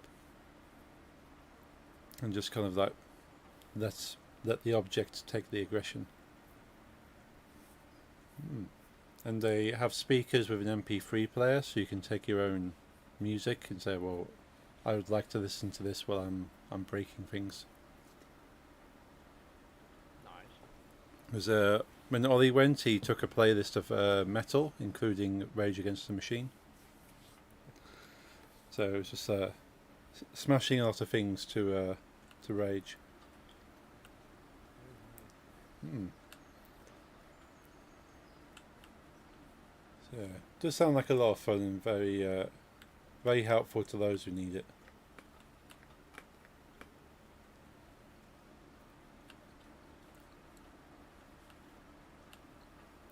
I'm mostly shootings. Hmm. Yeah, I can guess that's pretty much the same thing, really, isn't it? So, Legally. yeah. Yeah. Before we get flagged. did- When we bought this house, there was also like some kind of shed slash coop, which was very rotten wood. Oh, okay. So we had to take it down. Hmm. Jeffrey's mom, Jeffrey's aunt, and I picked it up, and it was a lot of fun to break down. Nice. We just went in with like crowbars and just started Hmm. hitting. Yeah, I can imagine that, just ripping it apart.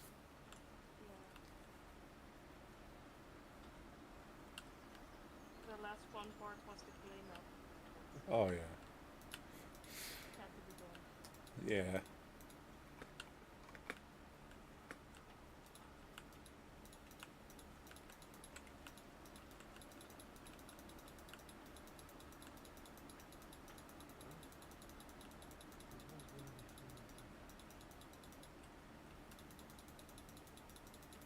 Today, Jeffrey's parents got me an Apple Watch. Oh, nice. Very lovely. Yeah.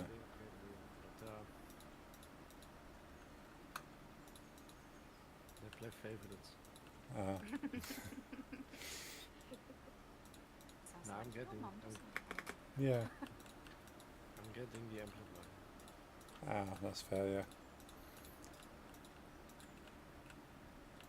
Yeah. No, but they do play favorites. Like we have to the north of Almere. Hmm. There is a place called Batavia Stad, which is what Batavia City in English. Okay. Batavia is the name of our the capital of our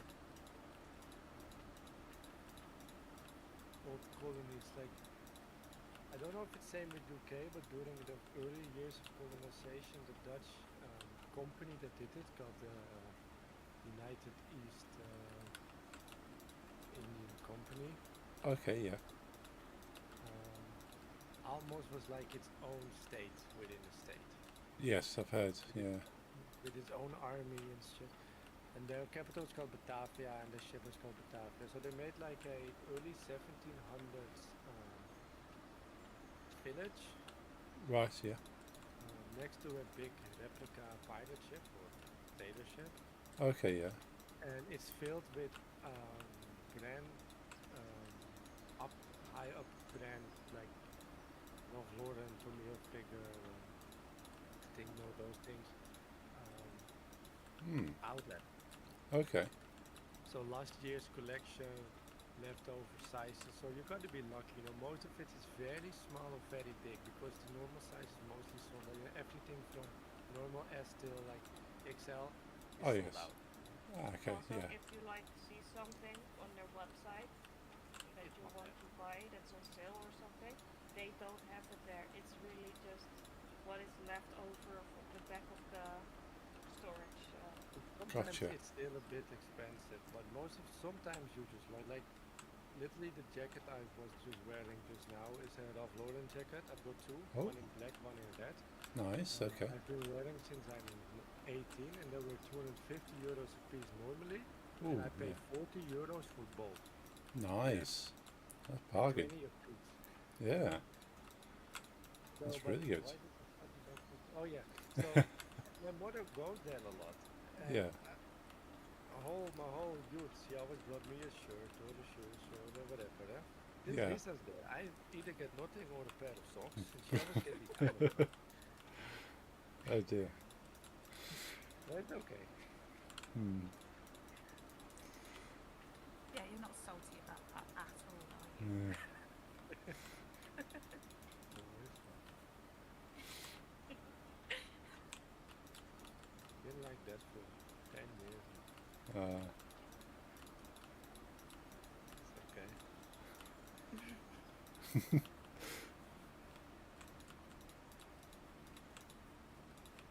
I don't know what you're feeling about Paul. That's what your mum's going to be like. yeah. She's always looking for stuff for you. Yeah. I have realised. Hmm.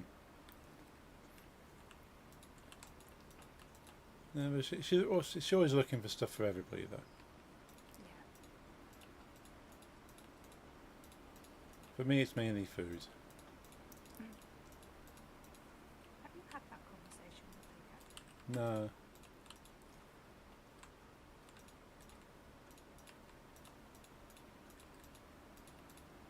No, she's not bought anything unhealthy this week. Okay. She got me a pack of stir-fried vegetables. It's quite nice.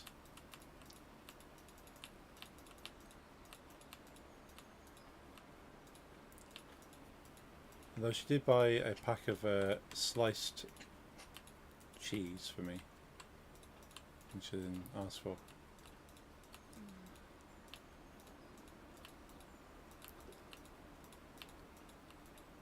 It's very nice cheese. It's basically the same cheese she normally buys, but it's sliced.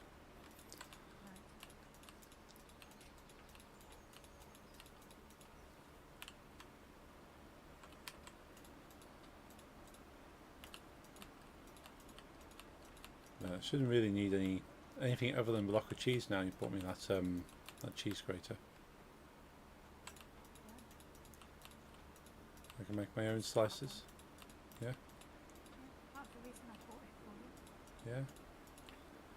Don't have to buy pre-grated cheese or sliced cheese. Just put whatever cheese on top of it and spin the wheel.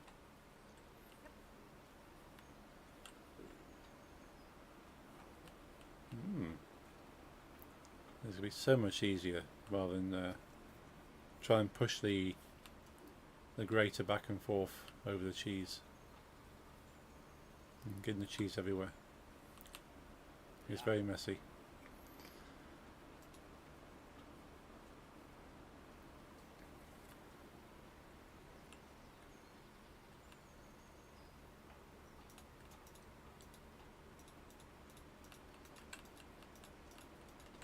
I'm not crazy, right? But have I ever told you that I'm into like prepping and stuff? You might have mentioned, I think. I don't believe in a collapse, but I like to be prepared. Yeah. It's I suppose it can't be bad. If anything does happen, then you're ready. Never mind.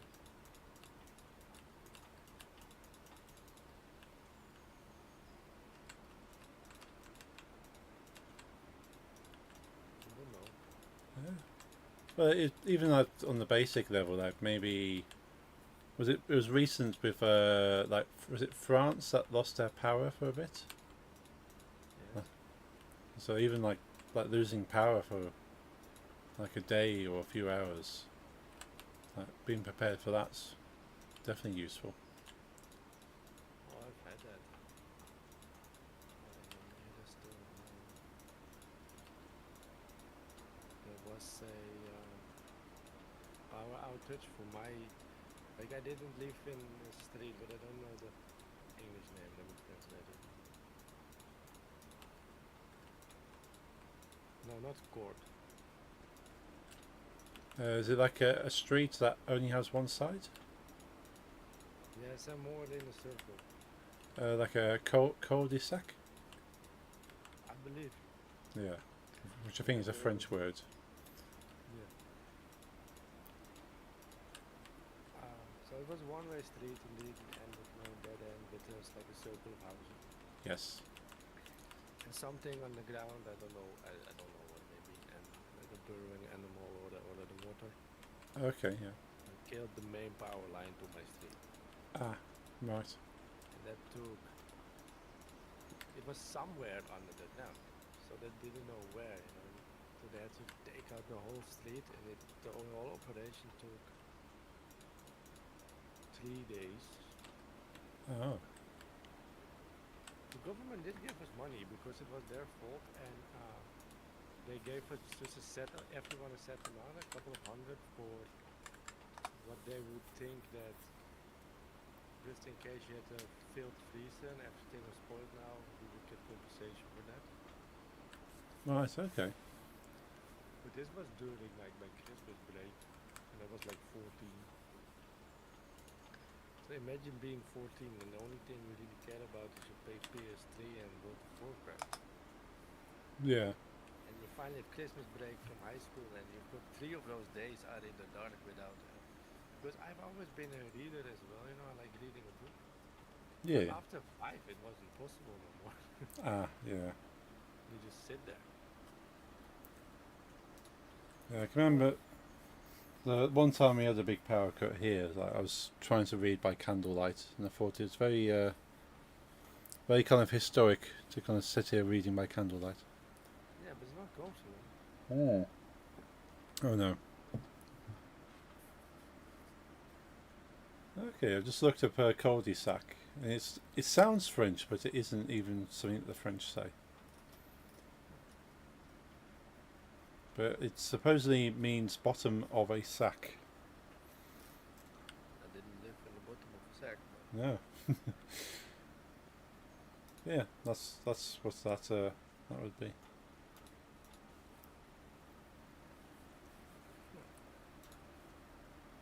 But yeah, it's typically a road that has one end and has a circle at the end of it. Or a sack, I suppose. Yeah, that's the last house we lived in.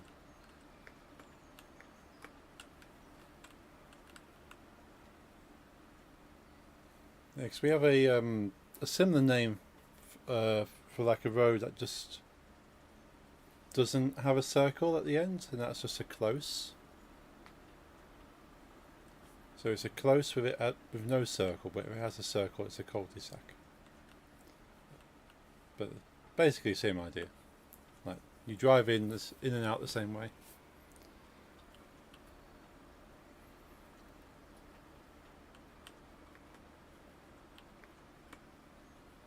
No, we had a quite a like singly just this house had a big power issue many years ago. There's a wire behind one of the plugs mounted and fused the wire so that the power in the whole house went out. And when we had an electrician come out to try and fix it, he looked at it and said, "Well, this wiring is from the 1960s, and I cannot legally touch it. This is too old." So they had to, yeah. So he said, "Well, the only thing we can do is we can't touch the old wire, but we can give you all new wire." So that the whole house had to have new wire. So that took at least a couple of weeks. So we had no power. Yeah, 2 weeks of no power. Although we had power in one socket. That was one socket next to the cooker in the kitchen. So we did have a long cable running from the kitchen into the living room to plug the TV in, so we could watch TV. Did that guy have any explanation why one socket was working? It was separate because the way houses in the UK are kind of separated the power. Like the kitchen has its own power, and then the rest of the house has, like this house. Oven has its own power. Yeah, like because of how old this house is, it was just the kitchen and then everything else. But now they've gone in, made it modern, so every section has its own power now. So if one bit breaks, then the rest of the house is still okay. Yeah, But- same here. But this house is all from the not 60s but 70s, but similarly old. Yeah, And some work was done by the previous owner herself, and she wasn't great with work ah, on the house. And when we just moved in, at some point we found out right. that if a certain light in the backyard went on, I would have short circuit in my house, which should be separate from the rest. Oh, all right. So we, instead, I think when I plugged in a microwave and some lights in the other house would not work, and Oh. some weird Not shit the happening. microwave, it was for making grilled cheese. So that's the Toasting machine. Yeah, Oh dear. which is like not that strong compared to a microwave. No. No, that's not good. No, but we hired a electrician that did the whole house for us. Ah, and That's fixed good. them with no problems. good.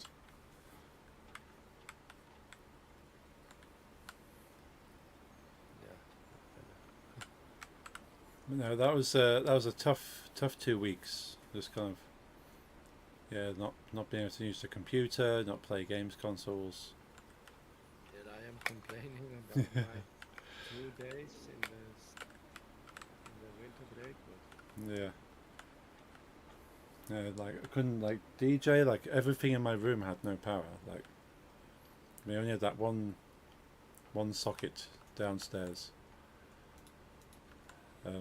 But it was good in the end. We had a lot more sockets. Like my room has many wall sockets now. We can plug as many things as I want in. that's good. Like behind my DJ stuff, behind there is six double sockets, so 6 pairs of sockets behind the DJ, because my parents said, well, we want you to plug all your DJ stuff straight into the wall without using like extensions. So say, well, can you count up all of your DJ stuff and tell us how many things you have? So I counted it and said, well, there's going to be, I think it's about 10 to 12 items I had to plug in at the time. I can't even think what they are anymore, but I had enough to count for 12 things being plugged in. So yeah, made sure I could plug 12 things straight into the wall. Nice. So that is pretty good. And I still have extensions plugged in because the sockets are on the wall, and I want to plug things in closer. Right. Quick fun fact, so I was flagged for a Minecraft version of M4A1, right? Okay. I just showed you that they didn't want them anymore. Yeah. AK-47 is fine. Mm. So I'm building that now. Cool. It's by far not my favorite weapon. Uh-huh. AK is cool. Because it reminds me of communism. Yeah. AK is cool. I think She likes to be. I think a lot of people know the AK, don't they? It is made by communists. Yeah. I'm not the biggest fan of. I always thought you were cool. This got so surprised. Hmm.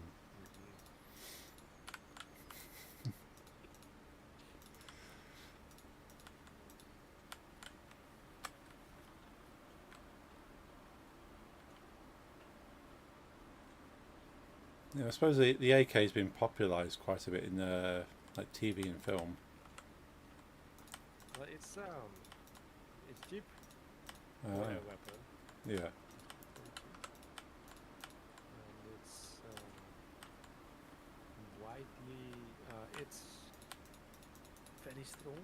And I don't mean the bullet, but it just, you could bury it in mud and dig it up and it will fire. Okay. It almost, you can pour sand in it and still fires compared to a American rifle which wouldn't No. most of the time. And it's very cheap to make Right. compared to American weaponry. Yeah, I don't hate it. Look, it is the association. Yeah.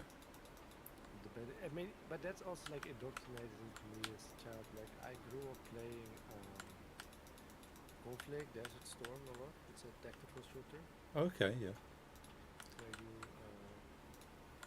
like play simultaneously as it's a third-person shooter where you play simultaneously as 4 SAS soldiers in like Iraq. Okay. You know. Right. So I was very early like indoctrinated with the fact enemy have that weapon, we have this one. Gotcha. Yeah.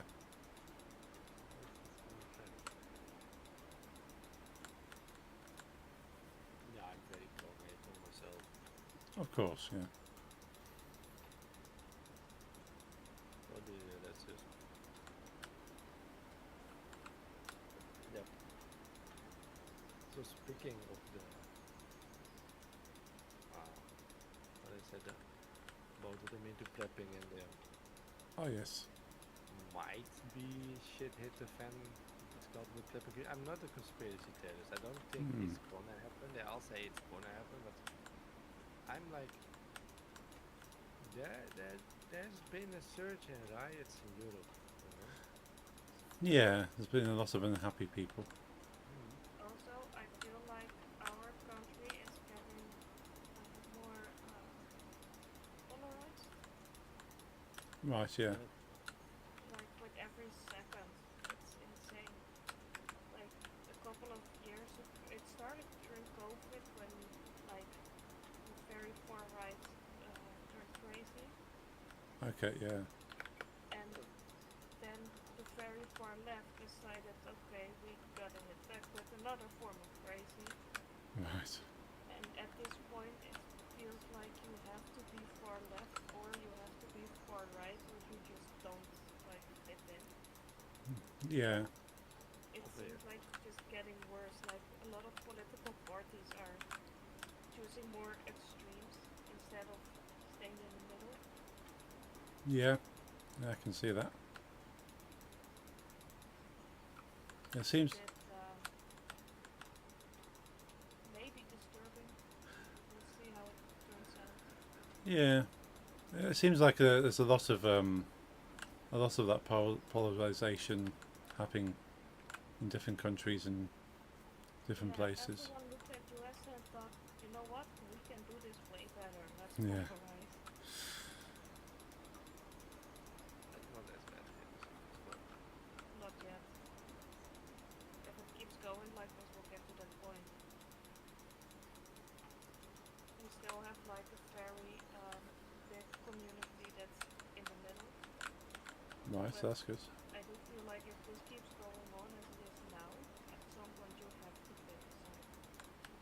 Yeah, I've seen that sort of typically because the two polar sides are so strong that you don't get accepted by either side unless you choose. Yeah.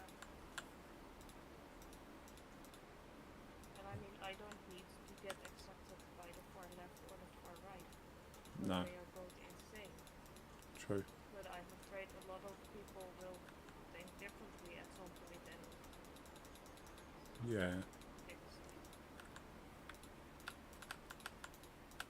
so I just think it's wisdom Yeah. to. And this is Yeah. worst case, but now you might think I'm crazy, but I'm not. Yeah. Within my plans, I feel different plans. It's not only politics and stuff. I have a planned scenario and steps to follow in case of a zombie apocalypse. Ah. Not crazy though. I'm not crazy, but it's literally possible. I'm not through voodoo that's Yeah. awake again, but I've seen medical information that a situation like that should be at least partly possible with a hybrid version of rabies and influenza. Yeah. Now, rabies makes you act like a zombie, and if it's as contagious as influenza, then you get violent people with a contagion running around all the world. Yeah. Yeah. Sounds plausible. Yeah. I think it simply is wisdom, and I want to like get like a explanation from that is my complete goal to until it would be complete downfall of the government, so the law would fall. I will give myself completely law abiding Yeah. to own firearms. Yeah. And I legally shoot already with air rifles and pistols, Cool. which the only fun thing in my country is the fact that we are the only European country with no regulation on air rifles when it comes to strength. So I can buy a rifle and I have that's stronger than a conventional firearm. Yeah. I can, without a license, and the only thing you need to be in my country for this is 18. Yeah. I can drive tomorrow if I'm not feeling sick to a weapon store 20 minutes away from here and buy a legal air rifle that shoots to bricks. Wow. Those are illegal in UK and in France.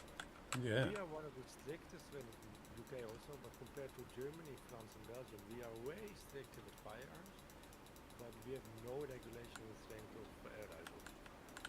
How strange. Yeah. Like ours, you fill with diving also to tank. It needs Yes. that pressure for a couple of shots to throw a wall. Yeah. But it's not very tactical. No. You can shoot 10 times and you're gonna fill it with diving. Yeah. So, and besides that, I love shooting. So, I've said it before, but now I'm on an active track to definitely get my firearm license, Cool. which in my country means you can only use it on the range, True. which I plan on doing. But once the government falls and the rabies zombies invade my backyard, then I will shoot them. Yeah. 100%. Yes. And I first had my eyes on a certain club near me, also about 20 minutes away. That's where also the police trains. That is Oh. smart. The fun that you get license for a certain type of weapon if you can how do you say it? Give proof you need it. Yes. Yeah. And you need it because you're either a hunter or a sports shooter, and you need a certain sport weapon if you do a certain discipline of shooting. But the weapons I want are only for military, Right. Yeah. which is not given at the one I want because it only has what's called static shooting, which is allowed with rifles and pistols. Okay. But military grade assault rifles are only, and even then not fully automatic, only semi-automatic, Yes. are only given if you do something called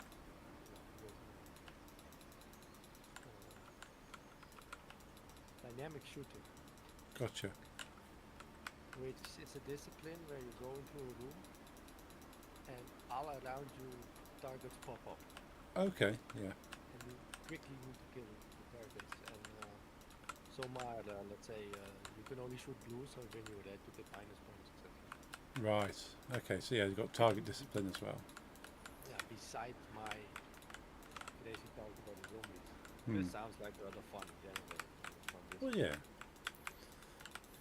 And it's the other way, it's 20 minutes the other guy on the other side. And yeah, and how our country works with firearm laws is to be a legal firearm owner as a sporting shooter. You got to shoot for 1 year with borrowed weapons Okay. at the club. Right. Yep. Not allowed to borrow or protect them. No. I think the law is in such a way you actually allowed to own a weapon technically, but you're not allowed to move it. So Right. I could go to a store, say I want to buy this pistol, I give them for like 1,500 euros, but I can't move it to the club from my home. So then I pay them, and so it doesn't make sense. But legally, I'm allowed to buy, not to own, to carry. Gotcha. Yeah. Yeah. It takes 1 year of disciplined shooting that you prove I not target practice. I'm serious about it. Do this for 1 year. You get the license for a small caliber firearm pistol, Okay. which means .22 in a pistol, so it's smaller than 9mm. Right. Okay. If you own this pistol, well, that's of your own choice, as long as it's .22 instead of 9mm. Right. Yep. You're allowed to own a second pistol, which is allowed to be 9mm or bigger. Oh. Okay. But bigger is fun for target practice. You know these, cool American guns with 50 cal, cowboy things with Hmm. extreme recoil. You don't want that as a sport shooter. No. It's not fun. After that year, you're allowed to go into rifles. Yeah. You're also allowed like smaller caliber rifles, but from that moment on you can do like big caliber rifles, be it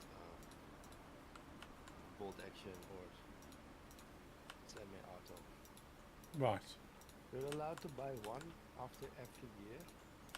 I think from that point you're out. Oh. Okay. But up to 5 with you can convince the government if you really do a lot of disciplines, but the hard cap is 10. Like the soft cap, which most people don't go beyond, is only to 5. Hard cap, whatever you do is 10. It's not a problem. Right. Okay. And it takes some. First want to stabilize mentally. Yeah. That's a good start. When I feel strong and I can travel and do hobbies outside home, I'm gonna go to the doctor to get a note of this person is not clinically insane. Cool. And I go to the local government. They get me a. You need to pay them 60 euros to get your whole, how do you say, like history problem with crime. Okay. Yeah. Which in my case is nothing, but you still need to get the official one, and it costs 60 euros. It's a scam. I feel. Yeah. Almost every job needs you to get this. Oh, okay. Like when I worked at Apple, I had to prove I'd never stolen something. Oh, right. So you go to the local government, you say I need a declaration, utilization declaration of good behavior, Okay. and they print for you a whole record of everything you've done as a mistake, which in my case is a law-abiding citizen is zero, Yeah. and I give them 60 euros for an empty piece of paper Yeah. with no data of criminal things on it. Then I hand it over to my job, and they say you don't steal things, go sell them back. That's not bad, but it's Right. also needed for the firearms.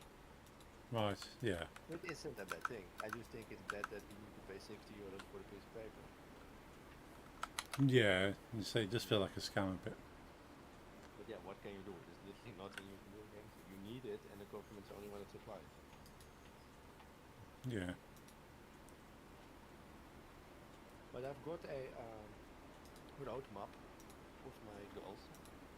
Yeah. The one who want to buy with small caliber up till the biggest one. It's also the most expensive one, and I'm just searching for like what is the most epic things that are especially bonus points, if not only civilian but actively used by current militaries, Okay. Yeah. Yeah. legally viable in the Netherlands with an IP on it. Because there's some things that are fully military, like a AK-47, for example. Yeah. That's not, you don't have a license for it. It doesn't exist here. It's just, there's no way. Yeah. The only way you could have a real AK-47 in your house would be if you were a collector. And it can be real, but then they remove parts that do the bullets, Yeah. like Like the chamber, and they fill the barrel with liquid, and then it hardens. yeah. So deactivating the gun. Yeah. But yeah, where's the fun if you can't do it? It looks cool on the wall, but Yeah. I want to target practice. I love doing it in the backyard. Yeah. It's and I first start with my favorite gun, the Existence, but then 22 third, like a pistol's gonna be Berettas, always been my fave. Of course. I'm not gonna delve into it, but Hmm.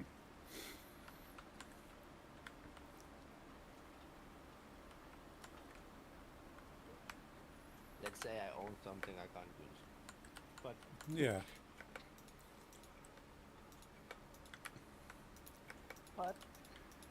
my Oh, yeah. end goal is called a. I'm gonna get back. Okay.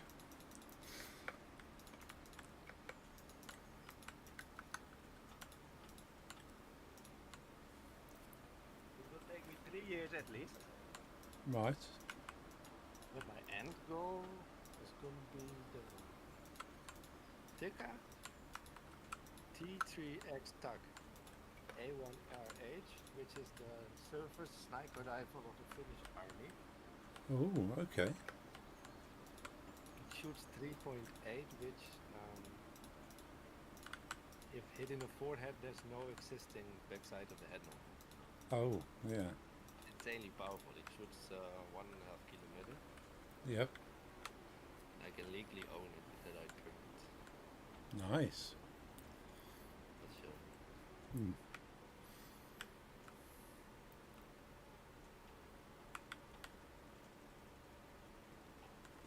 This is military grade protection. Oh, nice. Yeah. I'm gonna start after my first year with this in .22, which is it's a small caliber and it's still lethal. Of Still a course. Yeah. Yeah. firearm, but they say the difference is if you hit someone in a non-lethal part with this, it stays non-lethal. Gotcha. 9mm can already bring someone in. Like so in a movie, you can hit with any rifle and just run with a hand on the arm. It's just you get in like shock. Yeah. Yeah. Yeah. The ARs, like AKs, if you hit someone in the knee, it's literally enough blood loss to always go. Yeah, yeah. Possibly. Or there's also medics in it. So this is step 1, the .22 version of the Beretta. Then step 2, when I can have the heavier pistols, is going to be the fanciest version of the Beretta. Nice. The Beretta 92X. This is not the military weapon. This one is really built around being one of the most precise sportsman's pistols. Yeah, looks very nice though. The best sportsman pistols are ugly though. They don't look like weapons. They just look good. Yeah, I suppose they're designed for just a job as opposed to. They're mostly probably the best when it comes to accuracy, but they just look very weird. I don't Yeah. like it. Really, I'll show you. This is like the real competition Olympic grade pistols. It's just ugly. Yeah, there's that grip on it. It's a bit. Like the front of it's not too bad, but the grip's a bit weird. Weird. So when I'm allowed after that for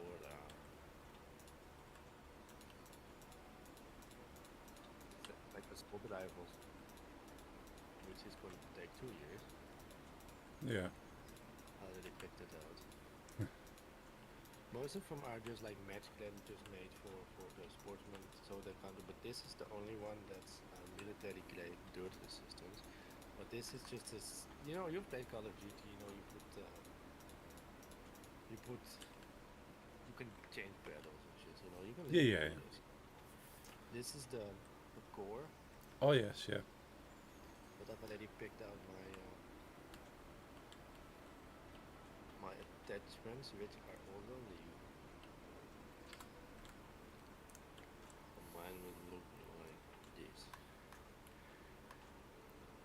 Bit shortened barrel, Oh yeah. better. Yeah, that was quite nice. And after that we'll get sniper. But put in perspective, the first one you can get for less than around 600 euros, 22. Okay. Isn't a lot of money, but considering things, hobbies. Yeah. Second one's going to be 2k already. Ooh. Right. Yeah. Just the basic version of the assault rifle type is going to be 2k, and then you need the extra options going to net you 3k. And the finished sniper rifle is going to be just with everything, because parts sold separately. Of course. Yeah. It's going to be at around 6,000-7,000, I think. I'm going to save, because I'm not a rich man myself. No. But that's also why I'm waiting a little bit, because it's not a cheap hobby. No. It's especially, but not only that, but it's like a club contribution. And the best thing about the beginner one with .22 is that that's the only cheap ammo there is. So you can get like 100 bullets for 10 euros. It's great for practice. Yeah. Like the sniper rifle, you pay almost €1 a bullet, a bit more, but it makes something 120 a bullet. Which doesn't sound much a piece, but if you're in a range, you're going to shoot about 20-30 at least. It's expensive. Yeah. It's not not something you just want to waste bullets on. No, also practice with first mental stability. Not that Yes. I'm afraid I do bad things. No, but it's Nice to go away from the house. yeah. And then I have a new hobby. Yeah. Yeah, sounds cool. Well, first thing. Yeah. With Nix and I've got a friend who's a big fan of different types of guns. I think he did have a few deactivated guns on his wall at one stage. Not sure if he still has them though. That was Ashley. He had before he met his current wife, he had a lot of weapons on his wall. Cool. So now he's got a wife and child. I don't know if he still has them. Call of Duty did. He had some pretty nice ones. They even had like things like katanas and swords. Yeah.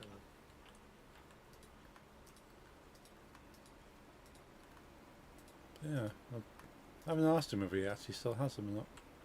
Been a long time since I saw his collection. But he is not part of like a sportsman competition. No, it's not really into shooting them. He just likes the look of them. So he has like Understand. has the ones you can legally keep on the wall and stuff. UK also has like sport, like similar laws as us, I think. Yeah. You could join a firearms club, sure. Oh yeah, yeah.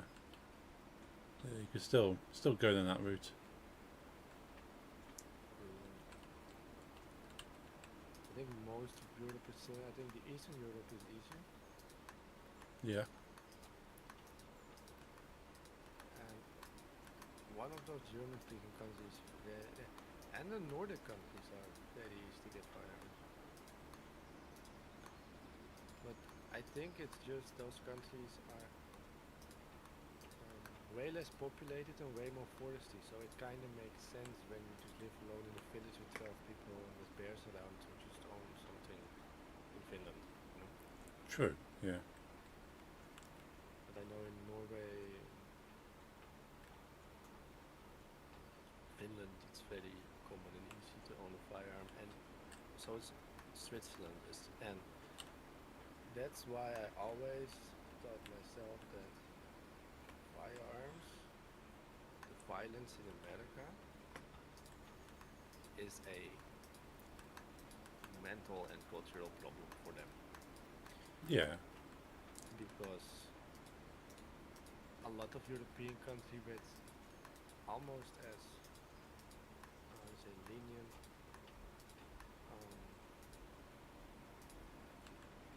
laws. When is the last time you heard of a Swiss mass shooting? Yeah, it's true. It's always the Americans. Yeah. Like I don't want to offend them, but I think they're a lot of them mentally ill. Oh yeah, they've certainly got a lot of problems. There are like really good options to get mental help. So of course, most of them, honestly, all of them. If you are able to kill someone, you are mentally ill. Oh yeah, you have to be. But yeah, there just aren't that great options, especially. Yeah, buying a gun is cheaper than getting mental help. Yeah. It's Right. also easier to buy a gun. So Yeah, I found it weird the last time I went over. I went into one of the big Walmart stores, and yeah, they just have a section for your food, section for your car, section for guns, and That's really weird. yeah. So it's not like a specialist shop that you have to go into. That you can just walk down there. oh yeah, It, you can get a gun anywhere. yeah.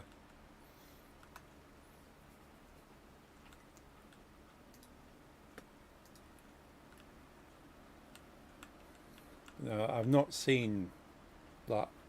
Nowhere have I seen a gun in the UK that hasn't been in a specialist kind of area. Yeah, same. Not, I've never been near a like illegal shooting. No. Like the closest otherwise has been like armed police near airports, or shortly after like bombing incidents. Where you see like the police in London will have their sort of their rifles and stuff ready in case Yeah. anything else happens. But that's about it otherwise. Yeah, we don't have a specialized armed police. Our police is always armed with pistols. Okay. We do have a special, like heavy armed police for terrorist attacks and stuff. Right. They have the automatic rifles. Yeah. But if you see those, you're either a real big problem because there's an active shooter around you, Yeah. or you are yourself the shooter. True. You don't see them patrolling the streets for parking tickets. No. Thankfully, I've not seen police like that too often. No, at least I've seen them once. She was at the terrace attack Ah, in Utrecht. Not close enough to be shot herself, I think. Top? It was a couple of streets where my school was located. oh, And okay. I actually used to go there from time to time to get with the box Ah, nice. with a friend. Hmm. And like if we decided that day we would go out early to get the box, which wasn't like anything weird, we could really do that. Then Hmm. we would have been there. Wow. That's scary to That think. was kind of weird. Yeah. But I felt really safe when the next day, like the whole train station of Utrecht, which is the biggest, I think, from the entire Netherlands, Right. was filled with like special police with big guns, Oh. big rifles and everything. So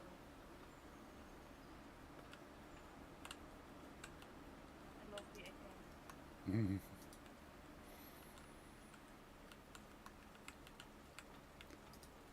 Yeah, I couldn't tell you what the police in the UK were carrying, but it's probably a standard issue.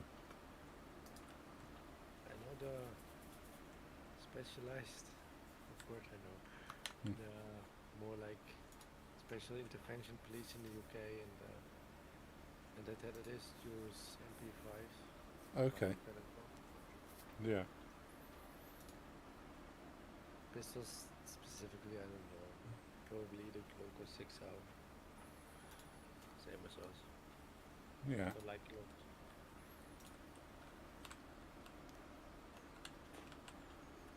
Glock have the safety within the trigger and you can't cock the cock is within like the housing, so you can't cock it yourself. I don't like Glock. Very Right. popular. I'm not a fan of the design. Cool. They're well for, and I'm just talking sportsman wise, right? They are precise and light, but just big. Yeah. But, Of course. but I should be born as in America. They are very good now. Yeah. I like to read. Yeah.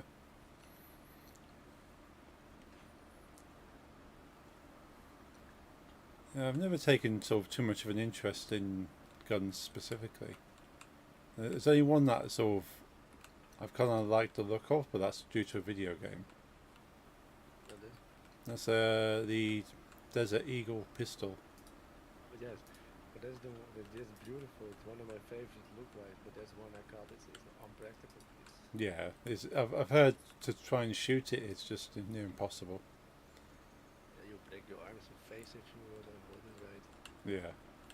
I think it was meant to use by soldiers. I think it's made combined by two like factories in Israel and America, Okay.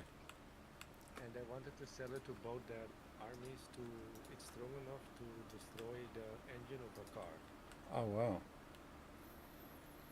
but neither of them were interested in it. So it was not practical, but it is very cool looking. Yeah.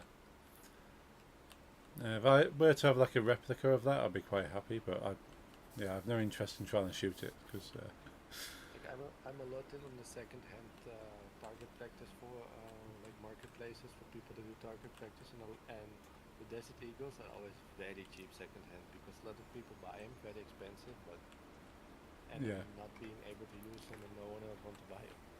right. Yeah, that's So they understandable. become not practical. No. They're the opposite of the one I showed you. That's extremely practical but ugly looking. Right. Very Yeah. quick, you can't do anything. And the ammo sometimes. I imagine it's quite a high caliber, isn't it? Yeah. Yeah, that's why you destroy a four I'm pretty sure. Hmm. But those action heroes in movies can hold too. Yeah. Yeah. I saw a dude which I hate because I follow a lot of especially American. That's like 99% of the people that do this are American, like gun vloggers Yeah. that test guns and talk about them. And there's one dude. He's your stereotypical ghetto rapper from America, Oh yes. and he's very popular. But I hate him because he has like no gun safety. Ah, yeah. He handles them very unsafe, and he owns a gold-plated, modified, fully automatic Desert Eagle, Oh, okay. and I've seen him fire it. It's Yeah. insane and just so dangerous. I don't like people don't handle it safely. No. Or Gotta do it properly. but there are lots I follow. Yeah, I was gonna Google.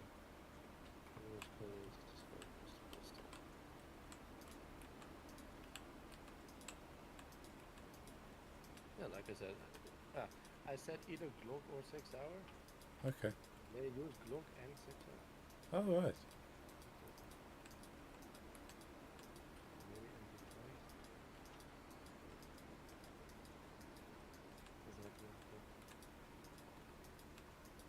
what the German one? Oh. And the TKT3, which I want to buy, is the sniper rifle from the English anti-terrorist group. Ah. What I do hate about firearm laws in my country is that what's completely 100% illegal in my country are suppressors. Right. Okay. And a suppressor is in IRL is not the same as in the movie or the game. It's just Yeah. you know, it's still very loud, Yeah. just slightly less loud.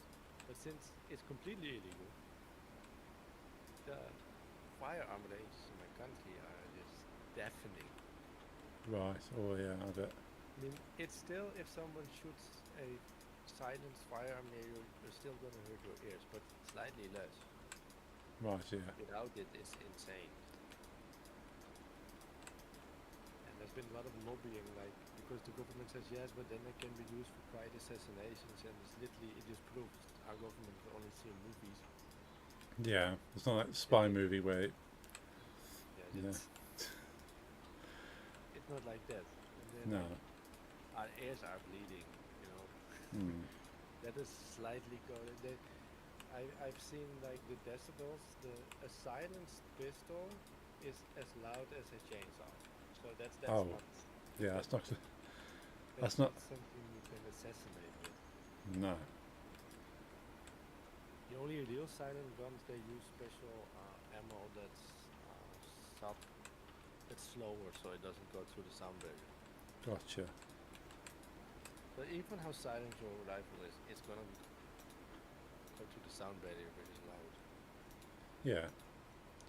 And the sportsman shooters are asking to just at least let it just only do the sound barrier and not the gas explosion as well. We're going deaf literally. Yeah.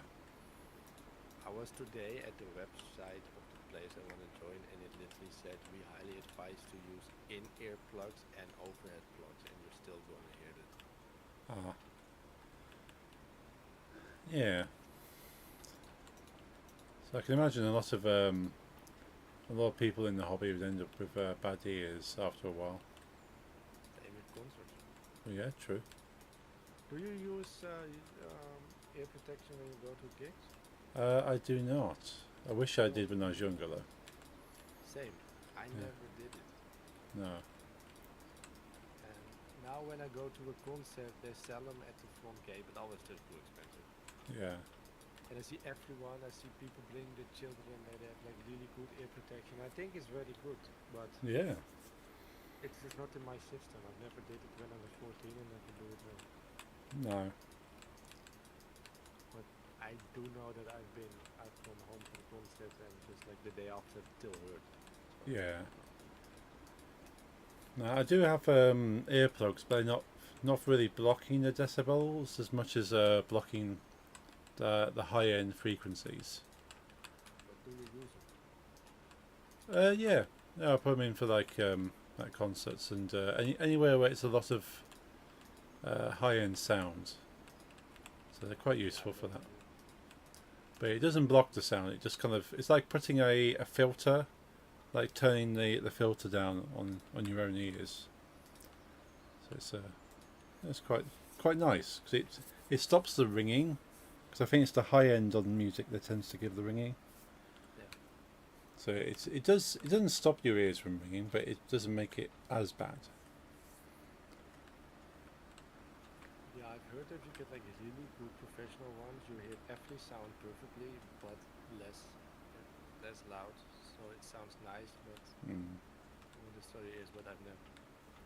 The only time at something like a concert I've actively used them was when would go to like you go to download to 3-day festivals, Yeah. and a tent and like the tent isn't soundproof, so Ah. Yeah.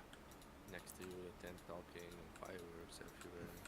Yeah. I would do the earplugs in and sleep, and then do the concert without, of course. Yeah. But no, I didn't really wear them at download.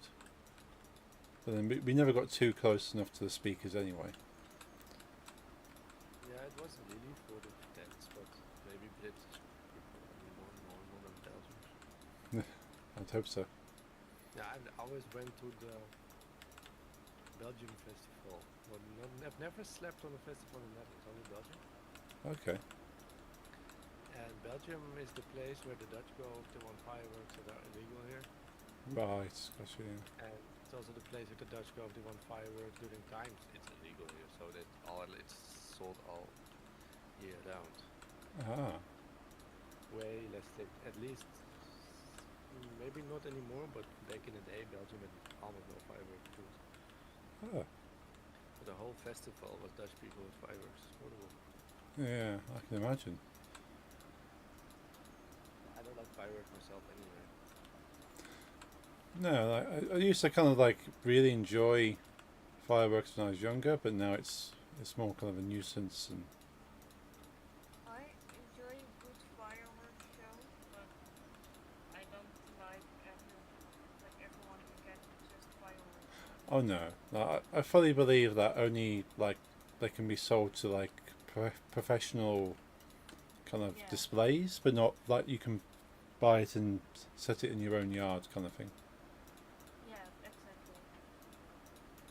Yeah, 'cause there's too many of those. Like we have the Guy Fawkes celebration bonfire night, and yeah, you have them going off everywhere. You have like the proper organized displays, which are really nice, but then you have just people setting them off, and even worse, you have younger people have somehow got a hold of them and then just setting off in the street or pointing them at people's houses.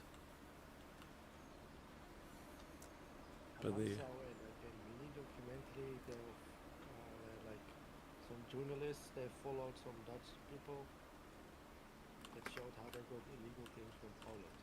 oh, okay, So they went to buy it and then they showed it and they literally had they were able to buy bombs like fireworks yeah. that had a bigger explosion than conventional military grenades. Oh wow.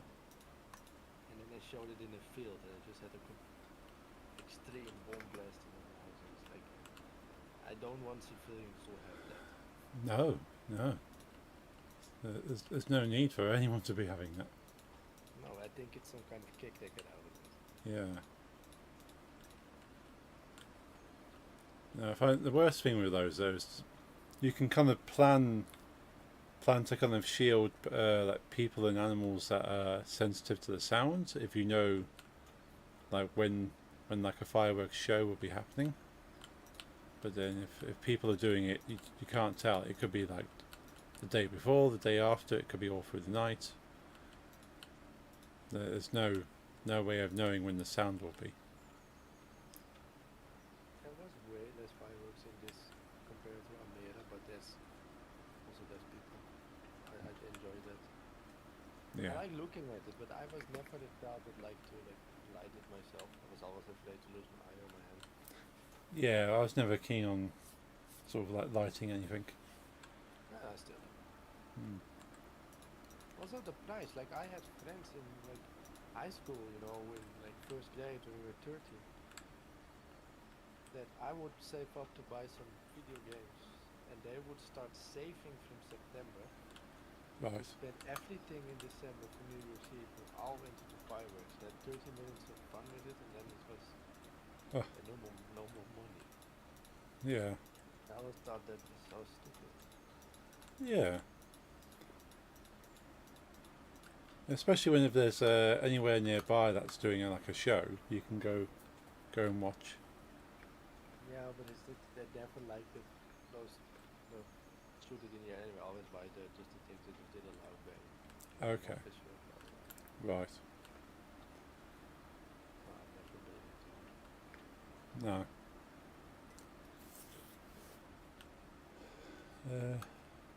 Right, it's coming up to 11 p.m. here, and it'll be midnight for you guys. So probably best to sort of wrap things up. And Yeah, I'm quickly gonna look at what you made. yeah, I've made I look. nothing. Yeah, Oh. I saw you deforested something. Yeah, made a big Yes. space. Nix is making an island. Yeah, I'm right in the middle of nowhere, so you're going to have to teleport back to somewhere. How far is this? It's quite far. Stay online for the second. Okay. Yeah. I had some time ago. I was playing by myself, Right. and I went way too far, and I was completely lost. And I tried to do a command to teleport back to the spawn point. Yes. I did it wrong, and I changed my spawn point to that place. Oh, even no. though I died, Yeah. I was there. And Lisa was doing something completely else, and I told her, put your computer on, Yeah. log in, I teleport you, change my spawn point again, and No, save. I was on my PC doing probably Sunhaven. Right. Sims. Just not Minecraft. Yeah. Yeah, I was completely panicking. I had literally no idea what direction I had to go, so it could have been worse and worse. I think this was when I made the big map, and I did some bad. Right.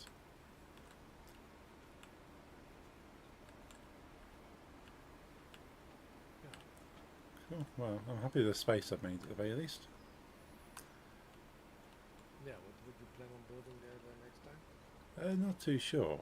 'Cause I don't want to cover up this the cross swords, but I've cleared enough space I can build like a small building. Well, like not like a tall building, like a more shallow building, but I can do it quite wide. Yeah. And of course, it's near the track, so you can see it anyway.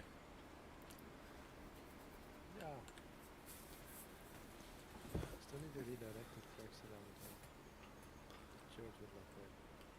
Yes. Yeah, I'm going to sign off then, and I should be back on Wednesday. Yeah, see you on Wednesday. Thanks for the game. Yeah, thank you for the game. It's been a lot of fun. Thank you.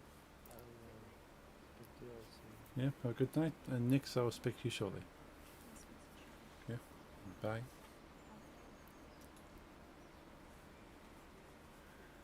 Alright, that's it for tonight, folks. Thank you for joining in. It's been a bit of a chilled one. We do like a chill Mondays. But I'll be back on Wednesday doing some Blender. We carry on with our Moongate stuff. So if you like Blender or like general kind of game dev, tune in for that. And then Friday, hoping to do some Unity and do some game dev on there. So yeah, hope you have a good week, and she'll see you then. Good night.